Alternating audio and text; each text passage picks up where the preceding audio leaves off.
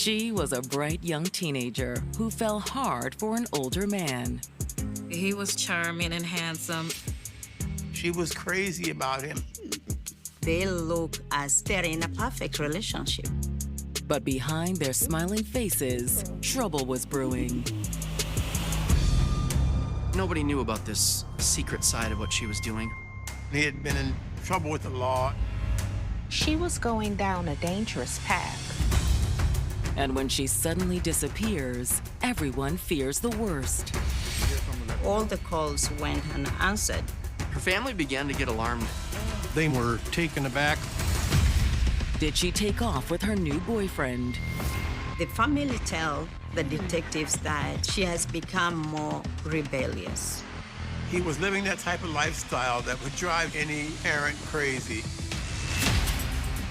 Or had her rebellious streak made her easy prey for a sadistic killer?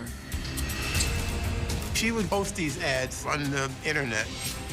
He had no regard for human life. With a truth so shocking, no one saw it coming. There was a second body and a second murder. Somebody's gonna stand up and go, he's a serial killer. Do you want that on you? She walked right into the lion's den without even realizing it. I felt the devil. I honestly felt the devil.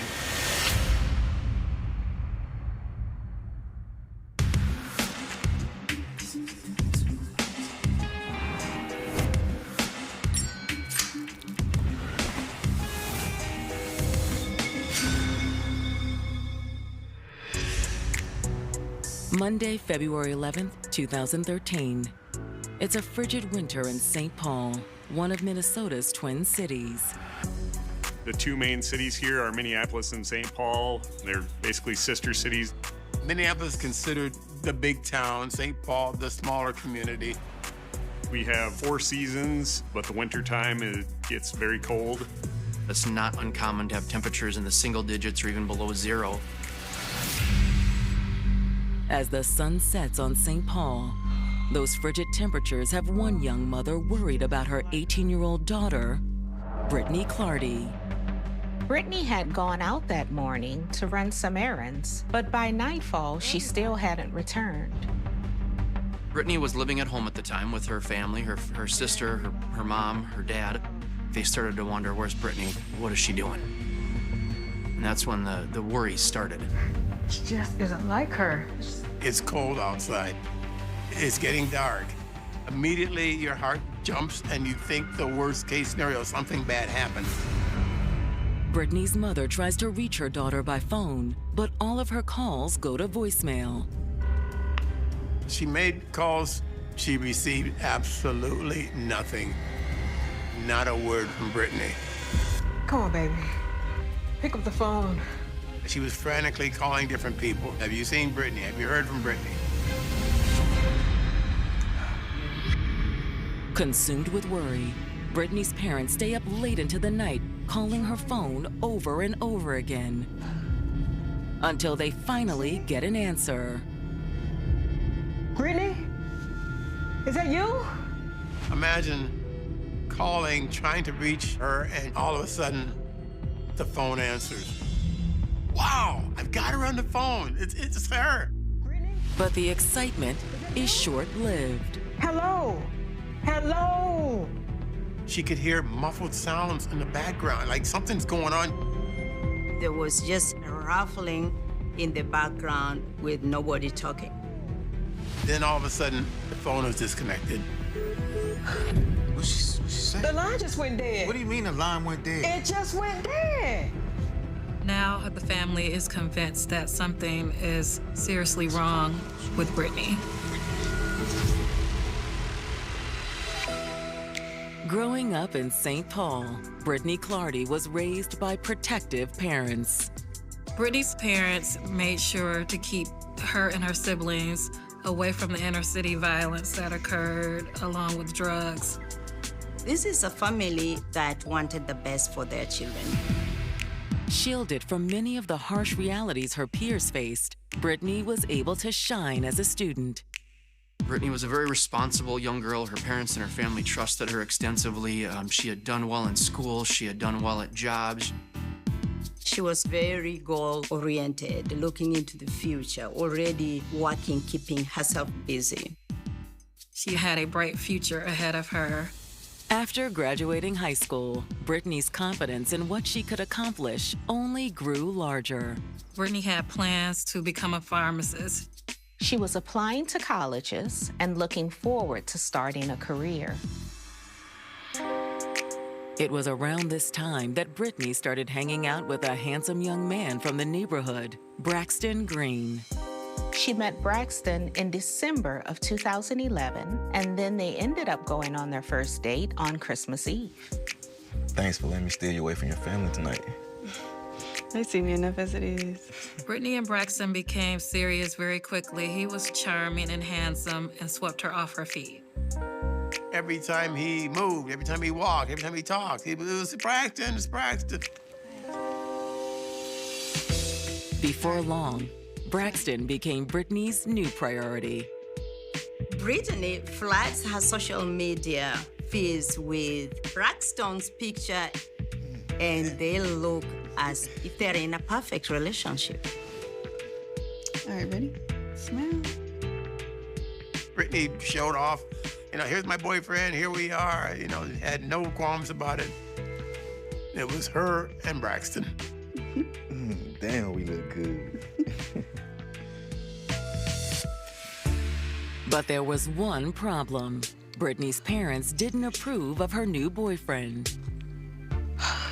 Have you seen this? Braxton was a 23-year-old man. When they first met, Brittany was only 17 years old, and her parents didn't like the fact that she was hanging out with a grown man while she was underage. Didn't matter to Brittany. She was in love with him. She was crazy about him. Her parents couldn't break that. Now, Brittany is 18 years old, so she feels more free. I am not going to listen to you, Mom. I am an adult now. This was the man of her dreams. Head over heels is a good way to describe it. But now, Brittany Clardy has vanished, and her parents are beginning to fear the worst after an alarming phone call. When Brittany finally appeared to pick up the phone after several attempts to reach her, there was no voice, just some muffled noises, and then the phone disconnected. Subsequent calls go straight to voicemail. This made Brittany's family very, very concerned. Brittany's parents decide to check in with her boyfriend, Braxton Green, to see if she's with him. Hello? Have you talked to Brittany? You sound worried. We are worried. We haven't spoken to her since this morning. He told her, I have not seen her. He said that he did have plans with Brittany for earlier that day, but Brittany never showed up. Brittany's parents wait up all night, hoping she'll return their calls or show up on their doorstep. I just don't understand. They had given her the whole night to reach out, but Brittany had not reached out. By morning, they decide to involve the authorities. So I understand you're both here about your daughter. When Brittany went missing, her family contacted the St. Paul Police Department. She left home yesterday around 11:30. That's right. At first, police are reluctant to get involved. They simply said that she was a runaway or that she would come back and not to worry. The family, of course, is trying to convince them, hey, this is a very responsible young girl. We need to take this seriously. And Brittany's parents also provide police with their first suspect. The family did inform the police of Brittany's relationship with Braxton. Their theory is Brittany's boyfriend may have something to do with this. 18-year-old Brittany Clardy was in the prime of her life and head over heels for her new boyfriend, Braxton Green. Braxton, this 23-year-old man, sweeps her off her feet. Braxton is charming, good-looking, and handsome. Brittany was madly in love with Braxton. But now, after leaving her parents' home on a chilly morning in the winter of 2013, Brittany has disappeared without a trace. When she left home, it was 11:30, and by 1 to 1:30, the phone calls had absolutely stopped. There was nothing else. That is, I would say, a mother's worst nightmare. When your child says, I'm going out to run some errands, and then an hour passes, another hour passes. Next thing you're talking evening. When she didn't appear at home, mother then called her in as missing. Brittany's family tells investigators they already have suspicions about what may have happened to her. They told them they strongly suspected her boyfriend, Braxton. The family suggested that he may have something to do with her disappearance. I never liked him. What don't you like about him? They said Braxton was a bad influence and that he was leading Brittany in the wrong direction. He had been in trouble with the law. He had a child by another relationship. Not the ideal person that they would want their daughter to date. Brittany's parents are also concerned about the way Braxton treats their daughter. Braxton demonstrated a controlling behavior. When Brittany did not respond to text messages or phone calls, he would become really angry. He didn't have a full-time job. I mean, he was just always hanging out all the time. He would say, go buy me this, go get me that. He's a bum, you know? And he's got her doing all this stuff she has no business doing. Braxton liked to party, which Brittany also joined him in that lifestyle. You know, Brittany generally lived a very clean lifestyle as a teenager growing up. And having Braxton in her life, he introduced her to partying. He introduced her to the alcohol. He got her into smoking weed. Brittany's parents had worked so hard to keep her out of that life. But all of that went out the window when she got involved with Braxton. She started to change. She became more abrasive. She became more confrontational. All of the stuff that goes with drugs and alcohol trickled into her life. Brittany's parents say they wanted to let their daughter make her own decisions, but they eventually felt the need to intervene. They had taken steps to try to convince her that maybe she should end the relationship. Yet Brittany wasn't willing to listen. Regardless of what Mom says, she was in love with Braxton. I just know he had something to do with this. That's the only thing I can think of. At the end of the interview, St. Paul police officially declare Brittany a missing person. We'll be sure to keep you updated every step of the way. They also put an ATL on that vehicle as well, attempt to locate. So if anyone were to run her car if they were driving around, then that would come back as a hit. While the investigators wait for leads to come in, they reach out to their sole person of interest, Braxton Green. Hello? Is this Braxton?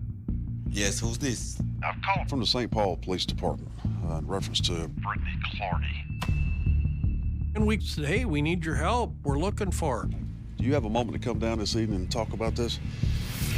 To detectives' surprise, Braxton refuses. Listen, I really don't have much to tell you. He was very evasive. I mean, he sent red flags just a flying. Yeah, I don't know where she is either. I've been looking for her. She won't answer her phone. The last I heard, she said she was gonna go take a nap somewhere. Because he would not come in and talk to them, they put out an APB. What we found and discovered is that he had an arrest warrant out for him already in a separate domestic-related case. It was either to do with child care or a probation violation or something, but he was being looked for to be placed under arrest.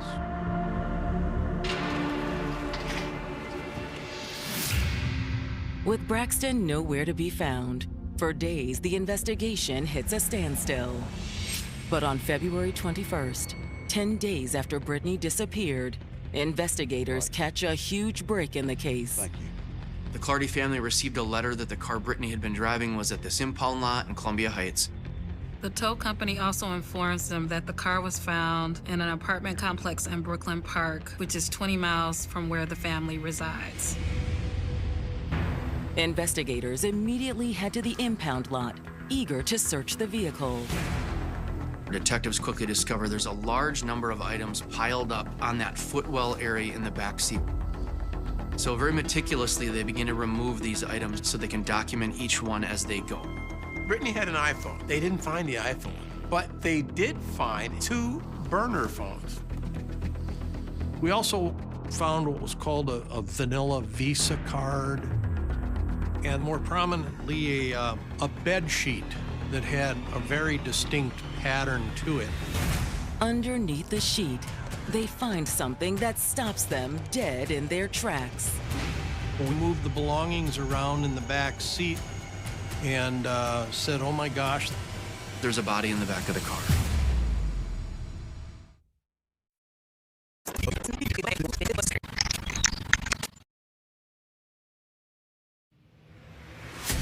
Ten days after Brittany Clardy disappeared, detectives have tracked her vehicle to an impound lot in the St. Paul suburb of Columbia Heights. This was the car that was reported as being connected to Brittany as being a missing person. Inside, they make a disturbing discovery. Very quickly, they can see there's somebody's body in the back seat. The body is nearly frozen solid. It gets so cold in Minnesota, and that in essence kind of freezes the crime scene or freezes it in time. It had been below freezing for many days leading up to her discovery, which gives us the ability to preserve some of that physical evidence that's still there. Some of the wounds haven't degraded. The body hasn't begun to decompose at all because it's been frozen. The body is carefully removed from the vehicle and transported to the medical examiner's office, where they confirm it belongs to Brittany Clardy. Once her identity was confirmed, that was very difficult news for her family to grapple with. They were still hoping that she was out there alive somewhere. The parents are just totally devastated. Our daughter's gone. Their pain is only worsened by the discovery that Brittany suffered a violent death. The medical examiner found some ligature around the neck, that she had possibly been choked or strangled. They also found many blows to the head. Brittany had somewhere between 15 and 17 blows to the back of her head. It was likely from a hammer. Now more than ever, detectives want to speak with Brittany's elusive boyfriend, Braxton Green. They had to talk to Braxton. We gotta bring this guy in. We gotta talk to him. As patrol officers continue scouring the city for Braxton, detectives work on submitting a records request for the burner phones found in Brittany's car. After locating the burner phones, it did set off some red flags for the detectives. They are aware that people involved in illegal activity are prone to use burner cell phones. The vanilla Visa found in the vehicle also gives detectives pause. That vanilla Visa is one of those visas where you can use it and no one knows who you are. Why would you need such a product? Before detectives can answer that question, they get the news they've been waiting for. Lo and behold, we got notification the boyfriend was arrested. They finally found him. They were able to finally take him into custody, and they took him to the police station for questioning. Under questioning, Braxton tells detectives the same thing he told them on the phone, that he has no idea what happened to Brittany. I already told you everything I know. He told them I had nothing to do with her disappearance. I have nothing to do with it. He was denying it. He tried to make it clear to the police that he did love Brittany. He said he really cared about her and that he would not do anything to hurt her. When was the last time you saw her? It was the night before she went missing. Then the next day she called me while she was out running around. Brittany told him that she was tired and was gonna go to bed and take a nap and would see him later in the day. We made plans to hang out that night, but a few hours went by and I didn't hear anything. I called her, but she wasn't answering. He denies knowing about where she would have been that day. He denied having anything to do with her disappearance. When it becomes clear that Braxton isn't going to offer up a confession, detectives try a different tactic. They kept asking him, okay, if you didn't do anything to her, do you have anything that you know of that was going on in Brittany's life that would have led to her possibly being murdered? We found burner phones and a disposable Visa in Brittany's car. Now, what can you tell me about that? Police kept pressuring and pushing. That's when he told them something that they never thought of. We did not expect this in any way, shape, or form. Braxton told them that Brittany had engaged in online prostitution.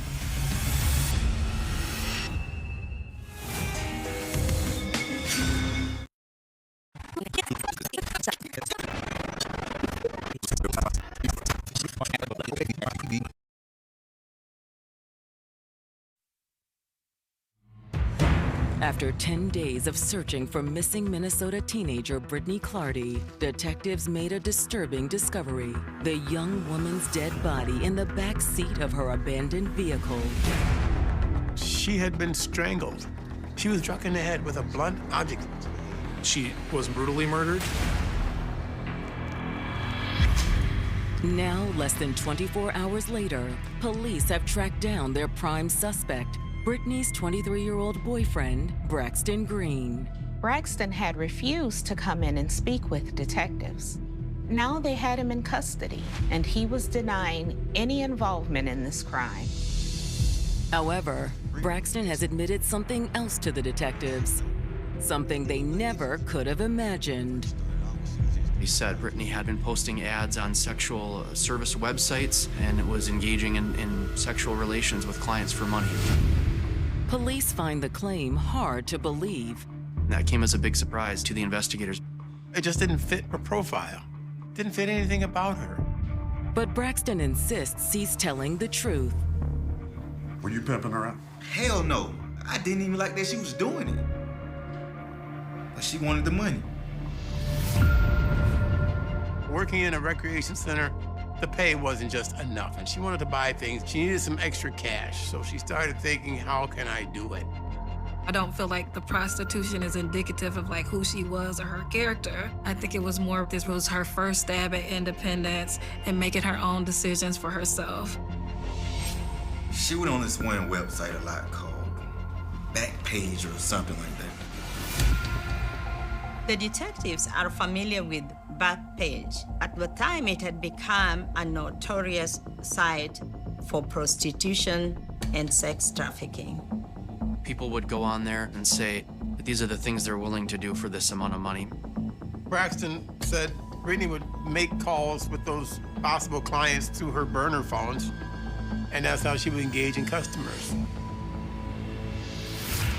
At first, Brittany wasn't offering sex. It started off where she would just do massages, but then she wanted the money you got for doing other stuff. Although he didn't approve of what she was doing, Braxton says he would sometimes accompany Brittany when she met up with a client. He admitted to police that at times he would go out on some of those calls with Brittany, and he would sit outside and wait for her in the car or whatever. This is a safety measure. Make sure nothing bad happened. Some of these guys were sketchy. I didn't want her getting hurt. Do you know if she met with any of these clients around the time she went missing? I don't know. But she was talking about needing money, so I wouldn't be surprised. By the end of the interview, detectives are starting to believe that Braxton is telling the truth. He was very cooperative. He handed over his phone, all his information. Braxton's phone, it was pinging off of towers that were not anywhere near the location of where Brittany's body was found. He's in a different part of the Twin Cities metro area, not even close. Long story short is that we came out of the interview satisfied, thinking that he was not involved in her disappearance or in her death. Now, the detectives have a new theory about what happened to Brittany. They were beginning to think her murder might have been related to her activities as an escort. our eyebrows raised and thought, well, maybe there's something here. Detectives decide to canvass the apartment complex in Brooklyn Park where Brittany's car had been impounded. The police had great reason to believe that Brittany was last alive, perhaps in Brooklyn Park. So the investigation was extremely extensive. I mean, we were canvassing the area, pulling cameras in the area. They knocked on doors all over that location, but no one remembered seeing Brittany or even knew who she was. However, detectives make more progress when they get their hands on the data from Brittany's burner phones. These records, they're voluminous. There's many dozens, if not hundreds of pages. What they find is in the last few hours of the afternoon of February 11th, Brittany's got some contacts with an Atlanta area code number. It was a phone that was actually purchased and registered in the name of Alberto Palmer. It gave them the key to this entire investigation.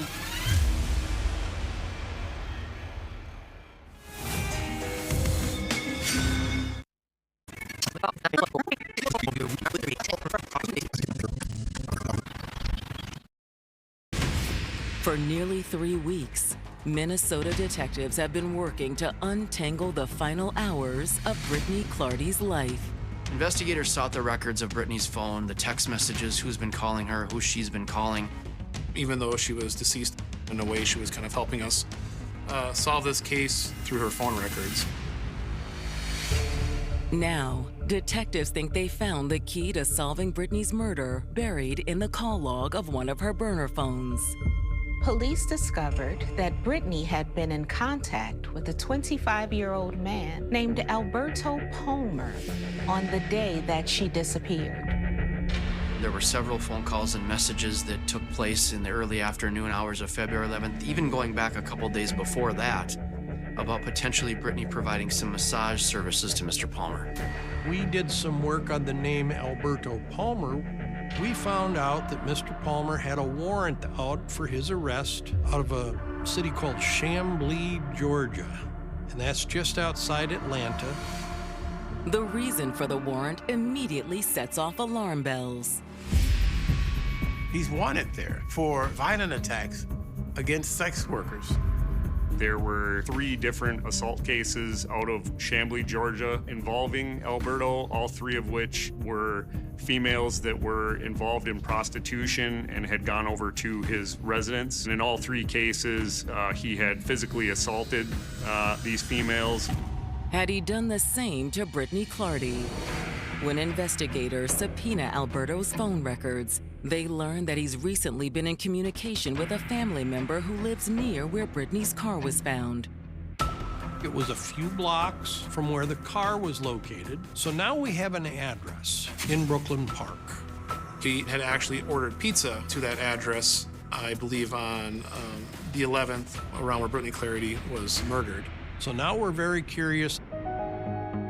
However, more recent cell phone pings suggest that Alberto may have left Brooklyn Park in the days since Brittany's disappearance.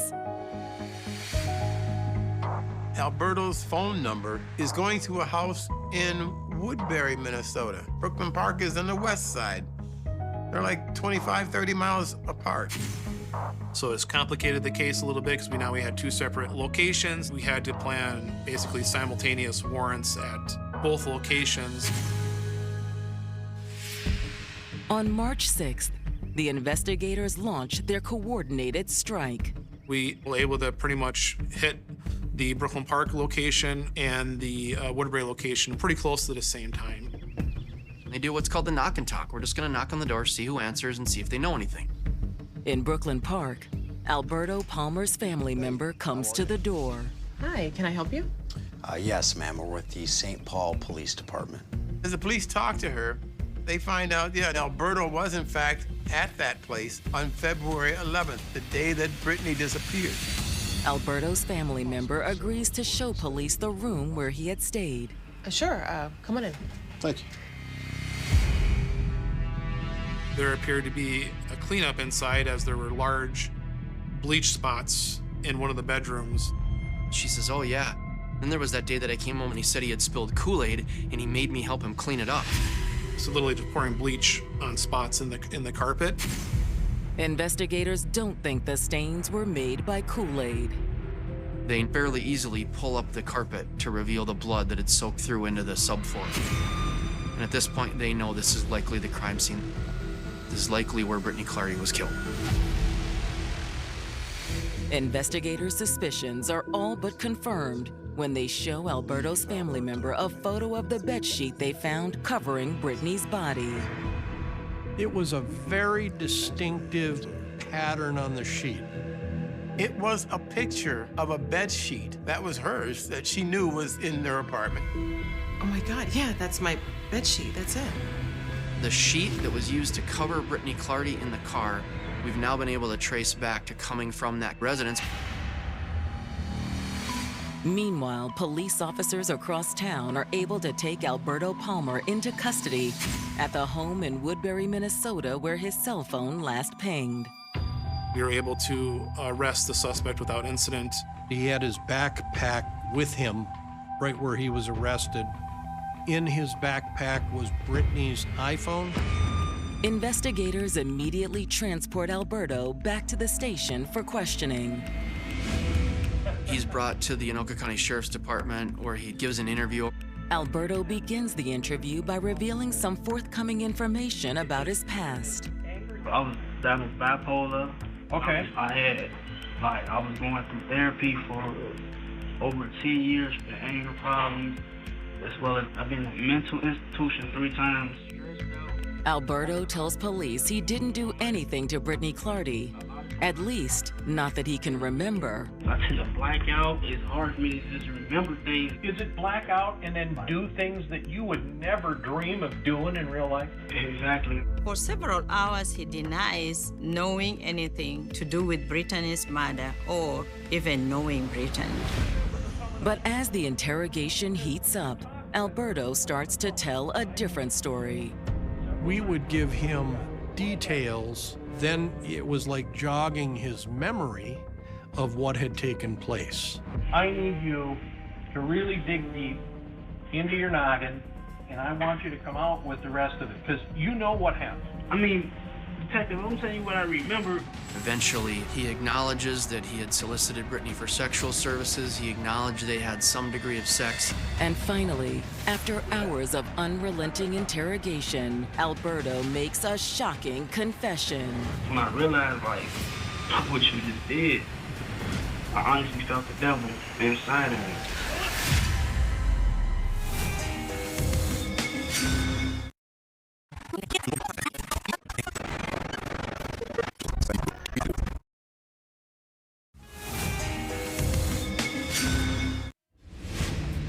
Nearly a month after 18-year-old Brittany Clardy vanished, Minnesota police have arrested Alberto Palmer for killing her and hiding her body. During the interview, he was giving some information but not coming clean with all the details of what had occurred. Okay. All this, I'm stressed out, and just a lot of times I tend to forget things. I tend to black out. He had remembered only bits and pieces. But when Detective LaFamme confronts Alberto with the blood evidence they found in his family member's Brooklyn Park apartment, he starts to open up. It's very, very clear from what happened up in Brooklyn Park that there was a lot of effort put into cleaning the room up, okay? There was a lot of effort to put this young lady in the car and to cover her up. According to Alberto, he was experiencing one of his blackouts until it was too late. First thing I saw was when I was putting on a car start. Okay. Honestly, the only thing I remember is going in the car. Alberto tells Detective LaFamme it was like he was possessed by an evil spirit. When I realized, what you just did, I felt the devil. I mean, I don't want to make it sound like I'm satanic or nothing, but just I felt the devil. Yeah. What else was the devil doing? Alberto claims he doesn't remember anything else that happened that night. But when investigators resume questioning the next morning, they have a breakthrough. In our second day of interviewing, Sergeant Russ had a go at him. I had been the nice detective, and Russ went in and took a little bit of a different approach, which was really effective. I've dealt with a lot of cases similar to yours as far as, possessions and people getting possessed by a devil and poltergeist like that, right? I get it, dude. You can get possessed, it happens to you, and you're like, what the f am I doing? I get it, and I've dealt with it, and that's kind of why I deal with a lot of people when I came in and try and give you one last shot here, right? Mike's a decent guy, but he's not real good with the being possessed. You know what I'm saying? So what happened? You got a pen? You want to write it? I'm sure you get. All right, man. All right. Tell me it's recorded. Alberto admits that on February 11th, while his family member was at work, he invited Brittany over to have sex. He says that at some point they began to tussle, I believe were his words. As we was having sex, it's like we started to fight. As we fighting, it's like we tussling in the room on the bed. What are you doing? Get off me! He describes that he choked her. I choked her to the point where she was just laying there. He choked her to the point of unconsciousness, believing she was dead. And while he was gathering himself, realized that she was still alive. Alberto says he knew he couldn't let Brittany leave after what happened between them. So I ran in the kitchen and was looking in the drawer. He went through the kitchen drawers, found a hammer, brought a hammer up to the room. As I ran back in the room, she was trying to get past me. We was still tussling again. So I hit her. I just kept hitting her.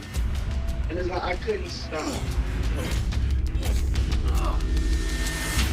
He couldn't give an exact amount of times, but brutally hit her on the head numerous times until she wasn't moving anymore.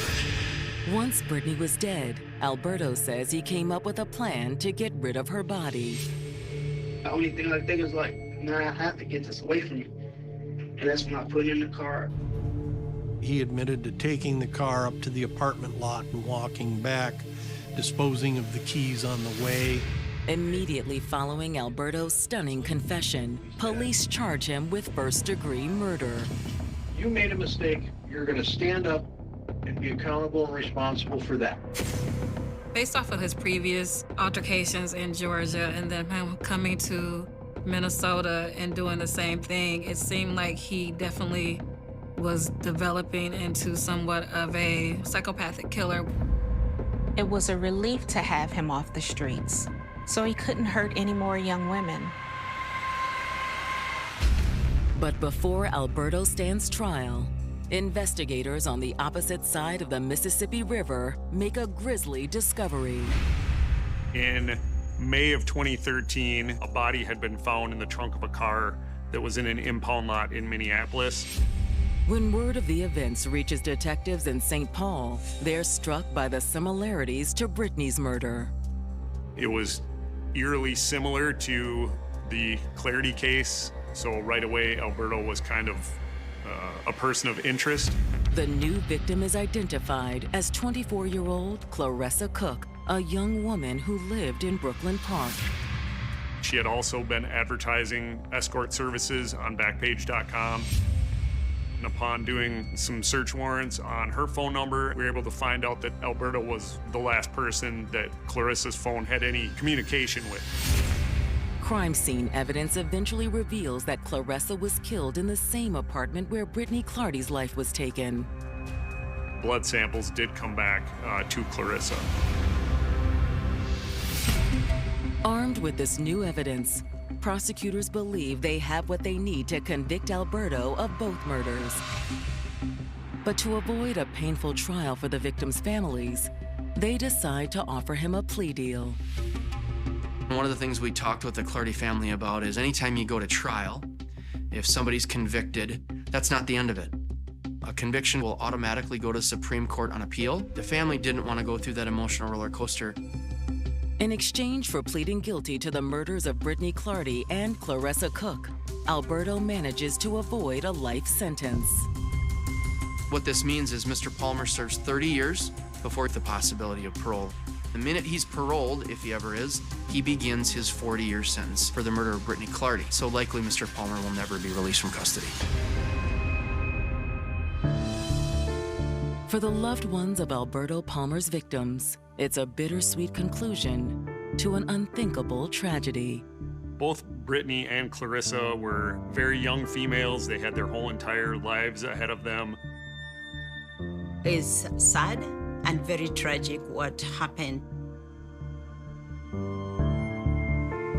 Brittany was a very responsible girl. Brittany did all the right things, and nobody knew about this secret side of what she was doing. Her family didn't as well. It can happen to anyone, so all people, all parents need to be really vigilant. Brittany is all of us. I think we all need to be really honest about how vulnerable. The first thing they noticed was the smell.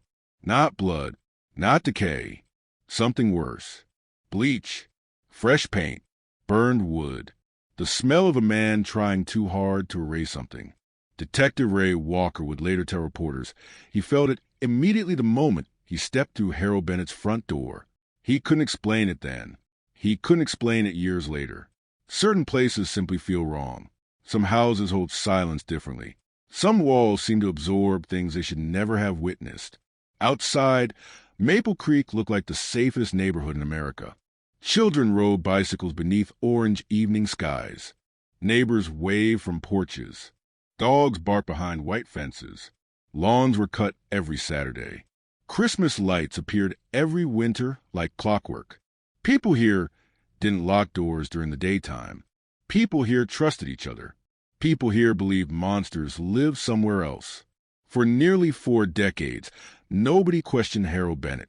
Not the church, not the school district, not the police officers who shook his hand at charity events, not the families who invited him to backyard cookouts, not the neighbors who handed him spare house keys before leaving town for vacation. Harold Bennett was 72 years old, retired electrician, Vietnam veteran, volunteer baseball coach, friendly old man with gray hair and reading glasses, the kind of neighbor who fixed broken fences without asking for money, the kind of man newspapers later described with words like quiet and respected after the truth finally explodes into daylight. But long before the cameras arrived, long before detectives walked through his front door, long before the entire country learned his name, there was Kelly Monroe. August 14, 1987. Friday night. County Fair. 16 years old. Dark brown hair. Honor roll student. Worked weekends at her father's hardware store. Kelly told her parents she would be home before midnight. Her mother remembered every detail of that conversation years later. Kelly wore a blue denim jacket because the weather forecast predicted cooler temperatures after sunset. She complained about the jacket, making her look younger. Her father laughed and handed her $20. Normal things, small things, the kind of memories families replay endlessly after ordinary life suddenly ends. Witnesses later remembered seeing Kelly near the Ferris wheel around 10:30 p.m., laughing with friends, eating cotton candy, talking about school starting again in September. Then around 11:45 p.m., several people noticed her standing alone near the parking area, waiting. Somebody remembered seeing a maintenance worker speaking with her. Blue jacket, tool belt, middle-aged man. Nobody thought much about it, because county fair workers spoke with people constantly, because danger almost always looks harmless before it happens. Midnight came. Kelly never returned home. Her mother stayed awake waiting. 1 a.m. No Kelly. 2 a.m. Still nothing. By sunrise, her father was driving roads around town, searching gas stations and parking lots. Police initially assumed teenage runaway. Friends disagreed immediately. Kelly wasn't that kind of kid. No secret boyfriend. No fights at home. No packed bags. Nothing gone from her bedroom. By day 2, the entire town began searching. Volunteers covered forests. Dogs tracked scent trails near roads. Helicopters circled farmland. Churches held prayer gatherings. People printed flyers. Then, on the 3rd morning, a farmer found her, 20 miles outside Maple Creek, Blackwater Canal. Her body lay tangled among weeds near the muddy bank. Detectives arriving at the scene immediately understood something horrible happened there. Kelly's hands were covered in defensive wounds, fingernails broken, cuts across her fingers, bruises around her wrists. She fought. Hard. Very hard. Investigators believe Kelly struggled until the very last seconds. But despite the violence, despite the brutality, the killer left almost nothing behind. No witnesses, no fingerprints, no murder weapon. Just one tiny fragment of male DNA beneath a broken fingernail. In 1987, it meant almost nothing. Technology wasn't ready. The sample entered evidence storage. Detectives chased dead leads. Months became years. Years became decades. Kelly's parents grew older. Retired detectives moved away. New murders replaced old headlines. Boxes filled with evidence gathered dust inside climate-controlled storage facilities. And eventually, people stopped talking about Kelly Monroe, except her family. Families never stop. Kelly's mother kept her bedroom untouched for 11 years. Clothes remained inside the closet. Books stayed beside the bed. Birthday cards sat exactly where Kelly left them. Some nights she swore she could hear footsteps upstairs. Some mornings she forgot for a few seconds Kelly was gone. Then reality returned all over again, like losing someone repeatedly. 37 years passed. Presidents changed. Wars started and ended. Children born after Kelly disappeared became adults. Then science caught up with history. The state's cold case task force reopened several unsolved murders using advanced forensic genealogy technology.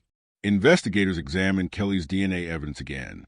Tiny sample, almost microscopic, still preserved after all those years. They uploaded the profile, expecting nothing. Months of dead ends, months of silence. Instead, 48 hours later, a possible family connection appeared. Then another, and another. Detectives narrowed family trees branch by branch until one name finally surfaced: Harold Bennett. At first, investigators believed there had to be some mistake. Harold had no criminal history, no violence, no arrests, no complaints. Nothing connected him publicly to Kelly Monroe except living nearby during the 1980s. But detectives kept digging, and slowly, the cracks began showing. Employment records revealed Harold worked maintenance at the county fair in August 1987. Witness statements buried deep inside forgotten case files describe an older maintenance worker talking with Kelly near the parking lot. Blue jacket, tool belt, middle-aged man. Nobody followed the lead aggressively back then. Nobody had enough information. Nobody knew they had just brushed shoulders with a predator. Then detectives uncovered something else. 2 unsolved murders. Teenage girls. 1983, 1984. Different counties. Different investigators. Different methods. Cases never connected publicly. Until DNA.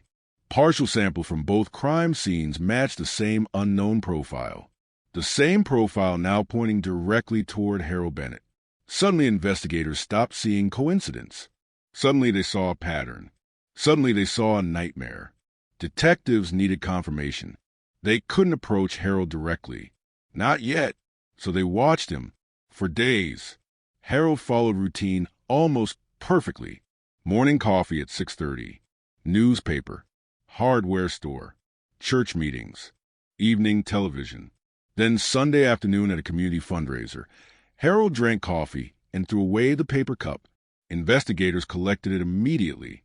Laboratory results arrived 6 days later. Match confirmed. The room reportedly went silent.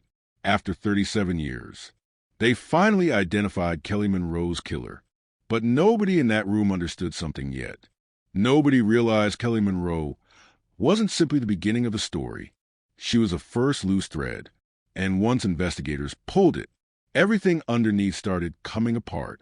Because beneath Harold Bennett's garage, hidden beneath rusted shelves and stacks of paint cans, there was a trapdoor, and underneath that trapdoor, darkness waited. The trapdoor was hidden beneath a stack of warped plywood and rusted paint cans, so heavy investigators initially thought the floor beneath Harold Bennett's garage was solid concrete. Detective Ray Walker noticed the scratch marks first. Thin grooves near the edge of an old metal cabinet. Fresh marks. Repeated movement. Somebody had been sliding the cabinet back and forth recently. When officers forced aside, the room changed instantly. The smell rose first. Damp earth, mold, bleach, something chemical underneath all of it. Then they saw the handle. A steel ring bolted into wooden boards cut perfectly into the concrete floor. Nobody spoke for several seconds, because every detective standing there felt the same thing at once. Harold Bennett had been hiding something underground for a very long time. The hinges screamed when investigators pulled the door open. A narrow staircase disappeared into darkness beneath the garage. Concrete steps, handrails, electric wiring running down the walls. Not some improvised hiding place. Built carefully, planned carefully. Detective Walker descended first with flashlight drawn, while forensic teams followed behind him, recording every inch of the scene. The staircase extended farther than expected, nearly 20 feet below ground before opening into a narrow underground corridor reinforced with wooden beams. And at the end of that corridor sat a steel door, locked from the outside. The sound of bolt cutters echoed through the tunnel. Then the door opened. The room beyond looked frozen in time. Mattress, chair, rusted sink, soundproof insulation stapled behind wooden wall panels, chains bolted into concrete. Investigators stopped moving. Nobody needed to say it aloud anymore. This was not storage. This was not a storm shelter. This room had one purpose: human captivity. Forensic photographers documented everything while agents searched the underground chamber inch by inch. The mattress contained biological evidence: hair strands, blood traces, fibers. The sink drain revealed female DNA from multiple unidentified individuals. Fingernail scratches scarred sections of the walls, so deeply investigators believed someone clawed at the concrete repeatedly, trying to escape. Then they found the box. Locked metal container hidden beneath loose floorboards beside the bed. Inside sat dozens of photographs. Women, teenage girls, some crying, some restrained, some appearing unconscious. Several photographs dated back to the late 1970s. Others look horrifyingly recent. One investigator reportedly walked out of the underground room physically sick after reviewing only a handful, because Harold Bennett did not simply kill. He documented. He collected. And somewhere inside that collection, investigators feared there were victims nobody even knew existed yet. The media frenzy outside Maple Creek intensified by the hour. Helicopters circled overhead, broadcasting live footage, while national news stations transformed Harold Bennett from respected retiree into the center of one of the country's most disturbing cold case investigations. Reporters interviewed neighbors standing in driveways, struggling to reconcile the smiling old man they knew with the nightmare unfolding beneath his garage. Some cried during interviews. Others defended him stubbornly. He fixed my roof after a storm for free. He coached my son in baseball. He never seemed dangerous. That sentence repeated constantly. He never seemed dangerous. But monsters rarely do. Meanwhile, investigators transported Harold Bennett into county custody for formal interrogation. Detectives expected panic once confronted with the DNA evidence, an underground chamber. Instead, Harold remained calm. Too calm. He answered questions politely, asked for coffee, commented on the weather. When detectives finally placed crime scene photographs across the interrogation table, Harold adjusted his glasses slowly and stared at them without visible emotion. Then he smiled, very slightly. Detective Walker later admitted that smile disturbed him more than any evidence discovered underground, because it looked like relief. As if Harold spent decades waiting for someone to finally uncover what he buried beneath ordinary life. The interrogation lasted 9 hours. Harold denied everything initially, denied knowing Kelly Monroe, denied recognizing victims in photographs, denied using the underground room for anything illegal. But detectives noticed something strange every time they mentioned one particular name: Daniel Reeves, former deputy sheriff, Harold's longtime best friend. The moment detectives brought up Reeves, Harold stopped speaking entirely. Complete silence. He requested an attorney soon afterward. And just like that, the investigation became much larger. Detectives immediately shifted focus toward Daniel Reeves, 74 years old, retired deputy sheriff, decorated officer, widower, lived alone in a quiet house near Lake Briar, less than 10 miles from Maple Creek. More importantly, Daniel Reeves helped investigate Kelly Monroe's murder in 1987. The implications terrified investigators, because if Reeves participated in the crimes or helped conceal evidence, then law enforcement corruption may have protected a serial predator for decades. Detectives reopened old case files searching for Reeves's involvement. His name appeared everywhere. Kelly Monroe, Angela Price, Michelle Turner. 3 unsolved murders connected through DNA. 3 investigations Reeves assisted directly. Then investigators discovered something worse. Evidence disappeared repeatedly from those cases. Missing photographs, lost witness statements, improperly cataloged forensic samples. At the time, nobody suspected sabotage. Now detectives saw a pattern. Now detectives saw obstruction. Now detectives saw somebody standing inside investigations, quietly steering attention away from Harold Bennett year after year. Federal authorities joined the case within 48 hours. The FBI Behavioral Analysis Unit reviewed evidence recovered from Harold's underground chamber and reached a horrifying conclusion.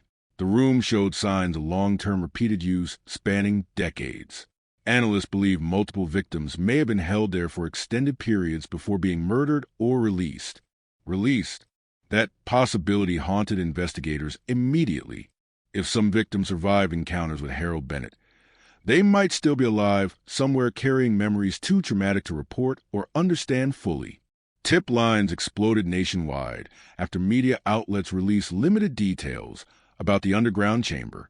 Women from multiple states contacted authorities describing encounters with an older man matching Harold's description dating back decades. Several reported waking disoriented after accepting rides from strangers during the 1980s and 1990s. Others remembered basement rooms, handcuffs, cameras. Most never reported anything officially at the time. Fear kept them silent. Shame kept them silent. And predators like Harold Bennett depended on that silence. Then another breakthrough arrived. Forensic teams enhanced one of the videotapes recovered from the basement archive. The footage showed a terrified young woman tied to a chair while 2 male voices argued somewhere behind camera. 2 voices, one believed to be Harold Bennett, the second still unidentified publicly. Analysts isolated fragments of conversation buried beneath static.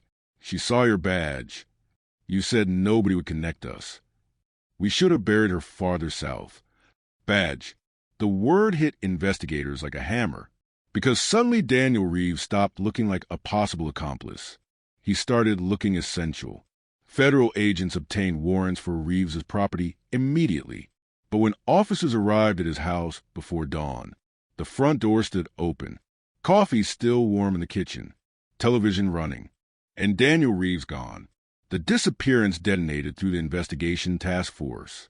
An active manhunt launched across 3 counties while helicopters searched forests surrounding Lake Briar.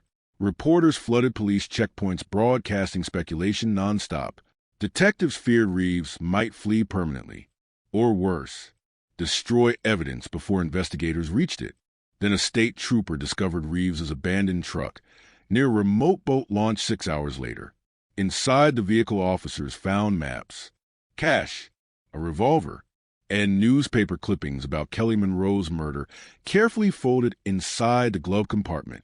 But Daniel Reeves himself had vanished. Meanwhile, forensic excavation teams returned to Harold Bennett's property after cadaver dogs reacted aggressively near sections of the backyard. Ground-penetrating radar detected irregular soil disturbances beneath an old gardening area Harold maintained obsessively for years. The excavation began under floodlights that same night. Rain hammered the neighborhood, while reporters watched from barricades outside the property line. Then around 2:13 a.m., An investigator's shovel struck something hard beneath the mud.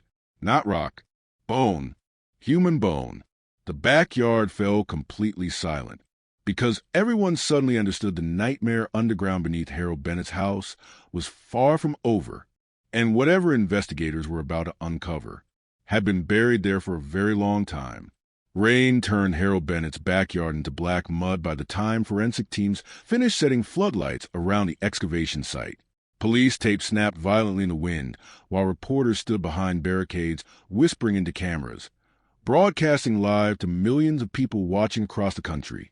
Nobody outside the perimeter understood exactly what investigators found yet, but everyone sensed it. Something terrible was coming out of the ground. The first bone appeared only 18 inches beneath the flower garden Harold Bennett spent years maintaining obsessively every spring. Human femur. Female. Forensic anthropologists confirmed it within minutes. Then another bone surfaced beside it, then fragments of skull. The excavation accelerated carefully beneath pounding rain, while detectives watched in exhausted silence. Nobody joked anymore. Nobody spoke louder than necessary, because every shovel cutting into that soil revealed evidence of a nightmare hidden beneath one quiet suburban home for decades. Around 4:40 a.m., investigators uncovered the first complete set of remains. Young female, hands bound behind the back with electrical wire, small fragments of blue fabric, still clinging to the skeleton. One detective reportedly walked away from the scene the moment they found the wire because his daughter owned a jacket almost identical in color. The emotional weight inside the command tent became unbearable fast, especially after forensic teams discovered a second grave only 6 feet away, then a third. By sunrise, investigators identified at least 4 burial sites in Harold Bennett's backyard. 4. The neighborhood woke to the sound of generators, helicopters, and television crews describing one of the largest cold case excavation scenes in state history. Residents stood on sidewalks crying openly while federal agents moved evidence containers through the rain. Some neighbors refused to leave their homes at all. Others gathered near barricades, staring silently toward the Bennett property, as if trying to understand how evil lived beside them for so long unnoticed. Then came the press conference. State police confirmed investigators believed Harold Bennett could be connected to multiple homicides spanning several decades. Officials refused to provide exact victim numbers, while families of missing women flooded law enforcement phone lines begging for information. Across Maple Creek, old fears resurfaced instantly because people remembered girls who disappeared here. Not many, just enough. A waitress who vanished driving home in 1994. A teenager last seen walking near railroad tracks in 1981. A runaway nobody searched aggressively for because authorities assumed she left voluntarily. Tiny stories buried beneath time. Until now. Meanwhile, 40 miles away near Lake Briar, the manhunt for Daniel Reeves intensified. Tracking dogs followed his scent from the abandoned truck down toward the shoreline before losing it near dense woods surrounding the lake.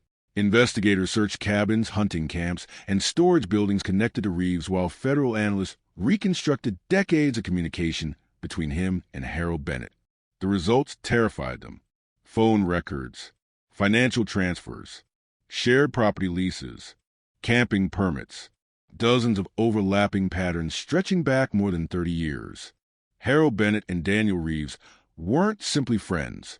They operated like partners. Then investigators uncovered an old photograph hidden inside Reeves's garage workshop. 3 men standing together beside a fishing boat sometime during the late 1980s. Harold Bennett, Daniel Reeves, and a third unidentified man investigators did not recognize immediately. Middle-aged, heavy-set, dark beard, wearing county sheriff's department sunglasses. The image changed everything, because now detectives feared the corruption surrounding the murders reached even deeper into local law enforcement than anyone imagined. The task force expanded overnight. Federal agencies arrived. Behavioral profilers reviewed evidence nonstop. Forensic genealogists began identifying remains recovered from Harold's backyard, while technicians restored videotapes found inside the underground chamber. And then investigators discovered the room upstairs. Harold Bennett's attic looked ordinary at first glance. Dusty boxes, old furniture, Christmas decorations, military memorabilia. But Detective Walker noticed unusual insulation panels along the far wall behind stacks of storage bins. Hidden door, locked. Inside waited another secret. The room was small, barely large enough for a mattress and metal desk. Soundproof completely. No windows, just shelves lined with notebooks dating back to 1978. Harold Bennett's journals, dozens of them, carefully organized by year. Investigators reading the entries described the experience as psychologically horrifying because Harold wrote about victims the way ordinary people describe gardening projects or weather conditions. Clinical, detached, emotionless. Girl near highway fought harder than expected. Brown-haired one cried for mother entire first night. Danny says younger girls easier control. Danny, again. Every page pulled Daniel Reeves deeper into the nightmare.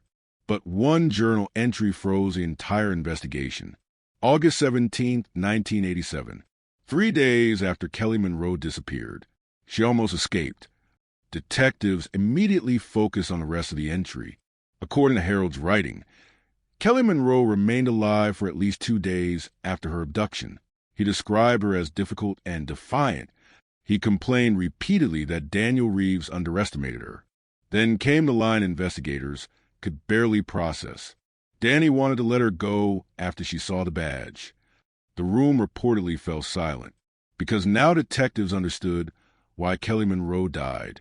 Not random violence, not impulsive murder. Kelly saw something she was never supposed to see. A sheriff's badge, a law enforcement officer involved directly in her captivity. And once that happened, releasing her became impossible. Then another horrifying detail emerged from the journals. Harold repeatedly referred to the room beneath the orchard. Investigators searched the Bennett property maps immediately.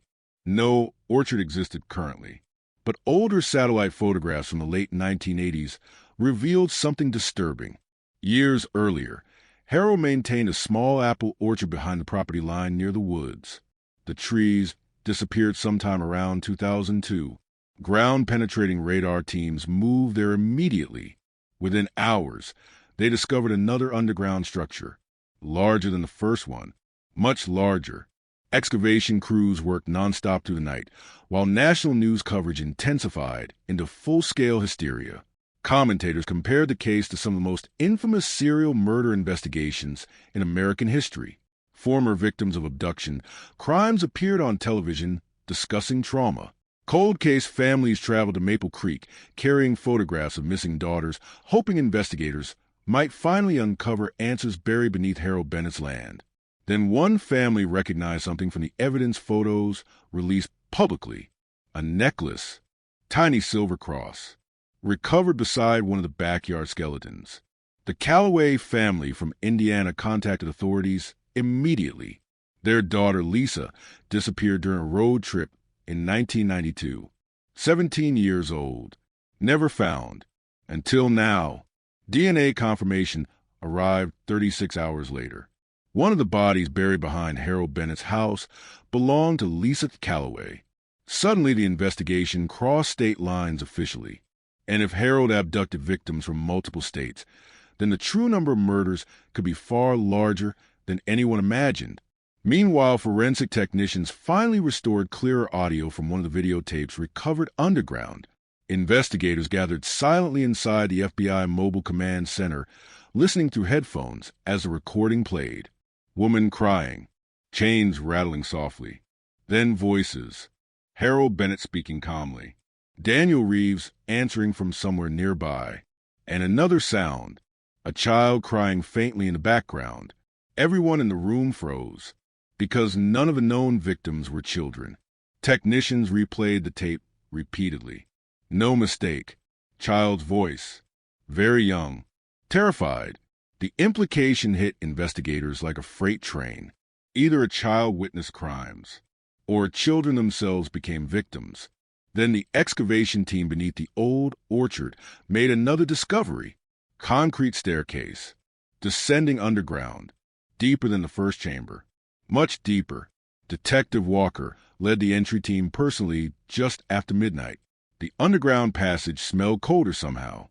Older. Air thick with mildew and stagnant moisture. Unlike the smaller room beneath Harold's garage, this structure felt industrial. Reinforced steel beams, electrical wiring, drainage systems. Built to last. Built carefully. And at the end of the tunnel, they found cells. 3 of them, locked from the outside. Inside one cell, investigators discovered scratches covering nearly the entire wall surface. Thousands of lines carved into concrete by fingernails or metal fragments over many years. Tally marks. Someone counting days. Maybe months. Maybe years. Then forensic teams found something else hidden beneath one of the rusted beds. Recent DNA. Very recent. Not decades old. Not historical evidence. Fresh. The laboratory estimated whoever left the biological material underground may have been there within the past 12 months. The realization spread through the tunnel instantly. Every investigator understood the same horrifying possibility at once. This place wasn't only part of the past. Someone may have been held captive down there recently. And if Harold Bennett did not act alone, then somebody else connected to the nightmare might still be out there. The laboratory confirmation arrived at 3:17 a.m. Fresh human DNA recovered from the underground cell beneath Harold Bennett's old orchard belonged to a female estimated between 16 and 25 years old. More disturbing still, forensic analysts determined the biological traces could not have been older than 8 months. 8 months. The room inside the FBI Mobile Command Center reportedly went silent after the results appeared on screen, because suddenly the Bennett investigation stopped being only a cold case horror story buried in the past. It became active, immediate, alive. Someone may have survived underground recently. Or worse, someone connected to Harold Bennett may still be abducting victims. Detective Ray Walker immediately requested a complete timeline reconstruction of Harold's movements during the previous 2 years. Investigators combed through gas station receipts, toll records, church attendance logs, pharmacy purchases, security footage, anything capable of revealing whether Harold continued operating long after age supposedly slowed him down. Instead of finding signs of retirement, they found escalation. Harold traveled constantly. Short, unexplained trips across state lines. Remote highways. Rural campgrounds. Motel stays under fake names. Then investigators uncovered another chilling pattern. Missing persons reports. Young women, mostly vulnerable. Runaways. Foster care teens. Drug addiction histories. Victim society often searches for less aggressively. Several disappearances occurred near areas where Harold Bennett's phone records placed him repeatedly. The nightmare was still growing while Maple Creek believed the old man next door spent his evenings watching baseball and watering tomatoes. Meanwhile, excavation teams continued searching the underground complex beneath the orchard. The deeper forensic crews explored, the clearer the structure's purpose became. This wasn't simply a hidden bunker. It was a prison. Steel hooks bolted into walls. Ventilation systems. Storage rooms filled with canned food and medical supplies. Soundproof insulation layered behind concrete. One room contained shelves lined with women's clothing separated carefully by size and age. Another held videotapes. Hundreds of them, some dating back decades. Others labeled with recent years.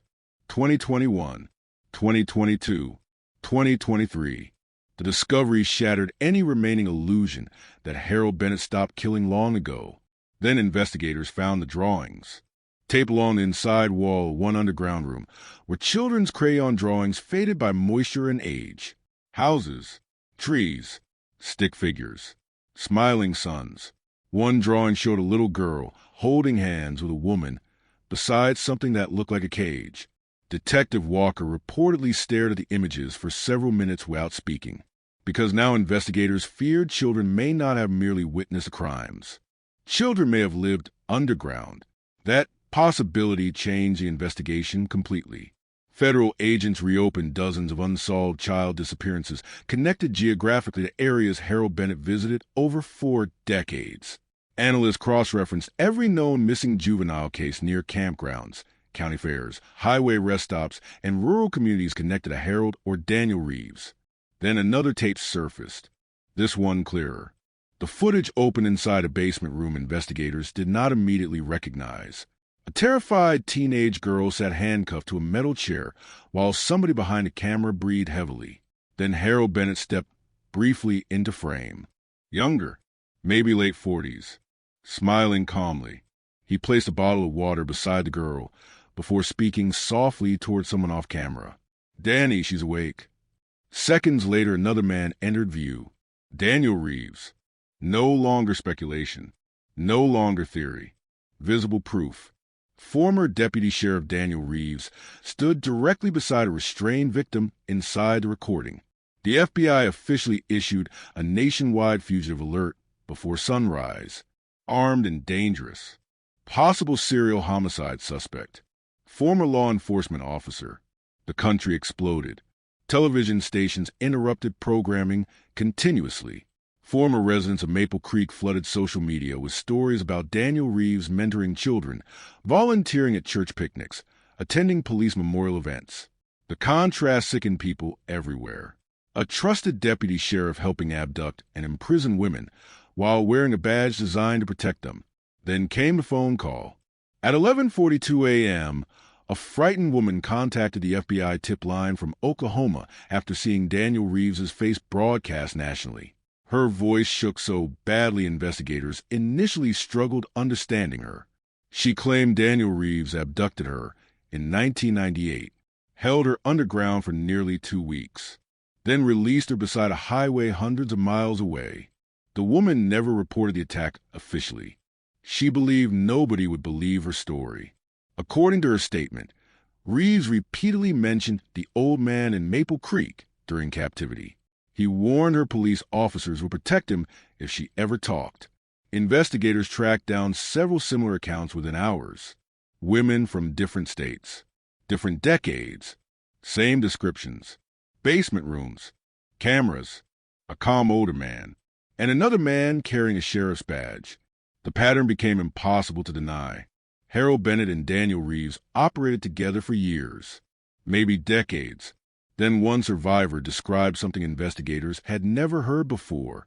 A third voice. Male, younger. According to the witness, sometime during captivity, she heard Harold arguing with a younger man upstairs. She remembered the argument clearly because the younger voice sounded angry. Too risky. That girl saw my face. Danny should have finished it already. Investigators replayed the interview repeatedly. Another man, younger, not Harold, not Reeves, which meant the nightmare may extend beyond 2 aging predators. Meanwhile, Daniel Reeves remained missing. Tracking teams searched forests surrounding Lake Briar nonstop, while federal marshals investigated every known associate connected to Reeves's past. Former deputies were questioned aggressively. Some cooperated immediately. Others lawyered up. Then investigators uncovered evidence somebody inside the sheriff's department accessed archive case files connected to Kelly Monroe only weeks before Harold Bennett's arrest. Unauthorized access. Recent. Using retired department credentials belonging to Daniel Reeves. But digital records showed something strange. The files were open from inside the sheriff's office itself, meaning someone still employed there may have helped Reeves after the investigation reopened. The corruption surrounding Maple Creek deepened again. Fear spread fast through the town. Residents no longer trusted local authorities fully. Rumors circulated everywhere. Grocery stores, churches, gas stations. People whispered about deputies behaving strangely during older investigations. Parents remembered officers dismissing runaway reports too quickly during the 1990s. Women recalled uncomfortable encounters with law enforcement they ignored for years. The line between protector and predator suddenly looked terrifyingly thin. Then another body surfaced. Excavation crews searching land near the old orchard uncovered skeletal remains buried beneath layers of concrete and gravel approximately 50 yards from the underground entrance. Female, younger than previous victims, maybe 14 or 15. But that wasn't what shocked investigators most. The skull showed blunt force trauma consistent with repeated impacts, extreme violence, personal violence. And near the remains, forensic teams recovered a small silver bracelet engraved with one name, Emily. The bracelet immediately connected to a cold case from 2008. Emily Vickers, 14 years old, vanished while walking home from school in northern Arkansas. Authorities suspected abduction for years but never found evidence. Now investigators understood Emily likely never left Maple Creek alive. The revelation transformed public anger into fury. Because Harold Bennett abducted children for decades, while entire systems failed repeatedly to stop him. Then Detective Walker made another discovery inside Harold's journals. Toward the back of a notebook dated 2009, Harold described conflict growing between himself and Daniel Reeves. Danny losing control. Too emotional after Arkansas girl. Boy keeps asking questions. Boy. Investigators focus immediately. What boy? The next pages reveal fragments only. He shouldn't have brought the kid underground. Now he knows too much. He watches everything. The task force suddenly feared a horrifying possibility. Someone younger may have been raised around the crimes. A son, a relative, an apprentice. The idea sounded impossible at first, until detectives reviewed old photographs from Daniel Reeves' family records. One image showed Daniel standing beside a teenage boy sometime around 2007 outside a fishing cabin near Lake Briar. The boy looked approximately 15 years old. Thin build, dark hair, expressionless stare.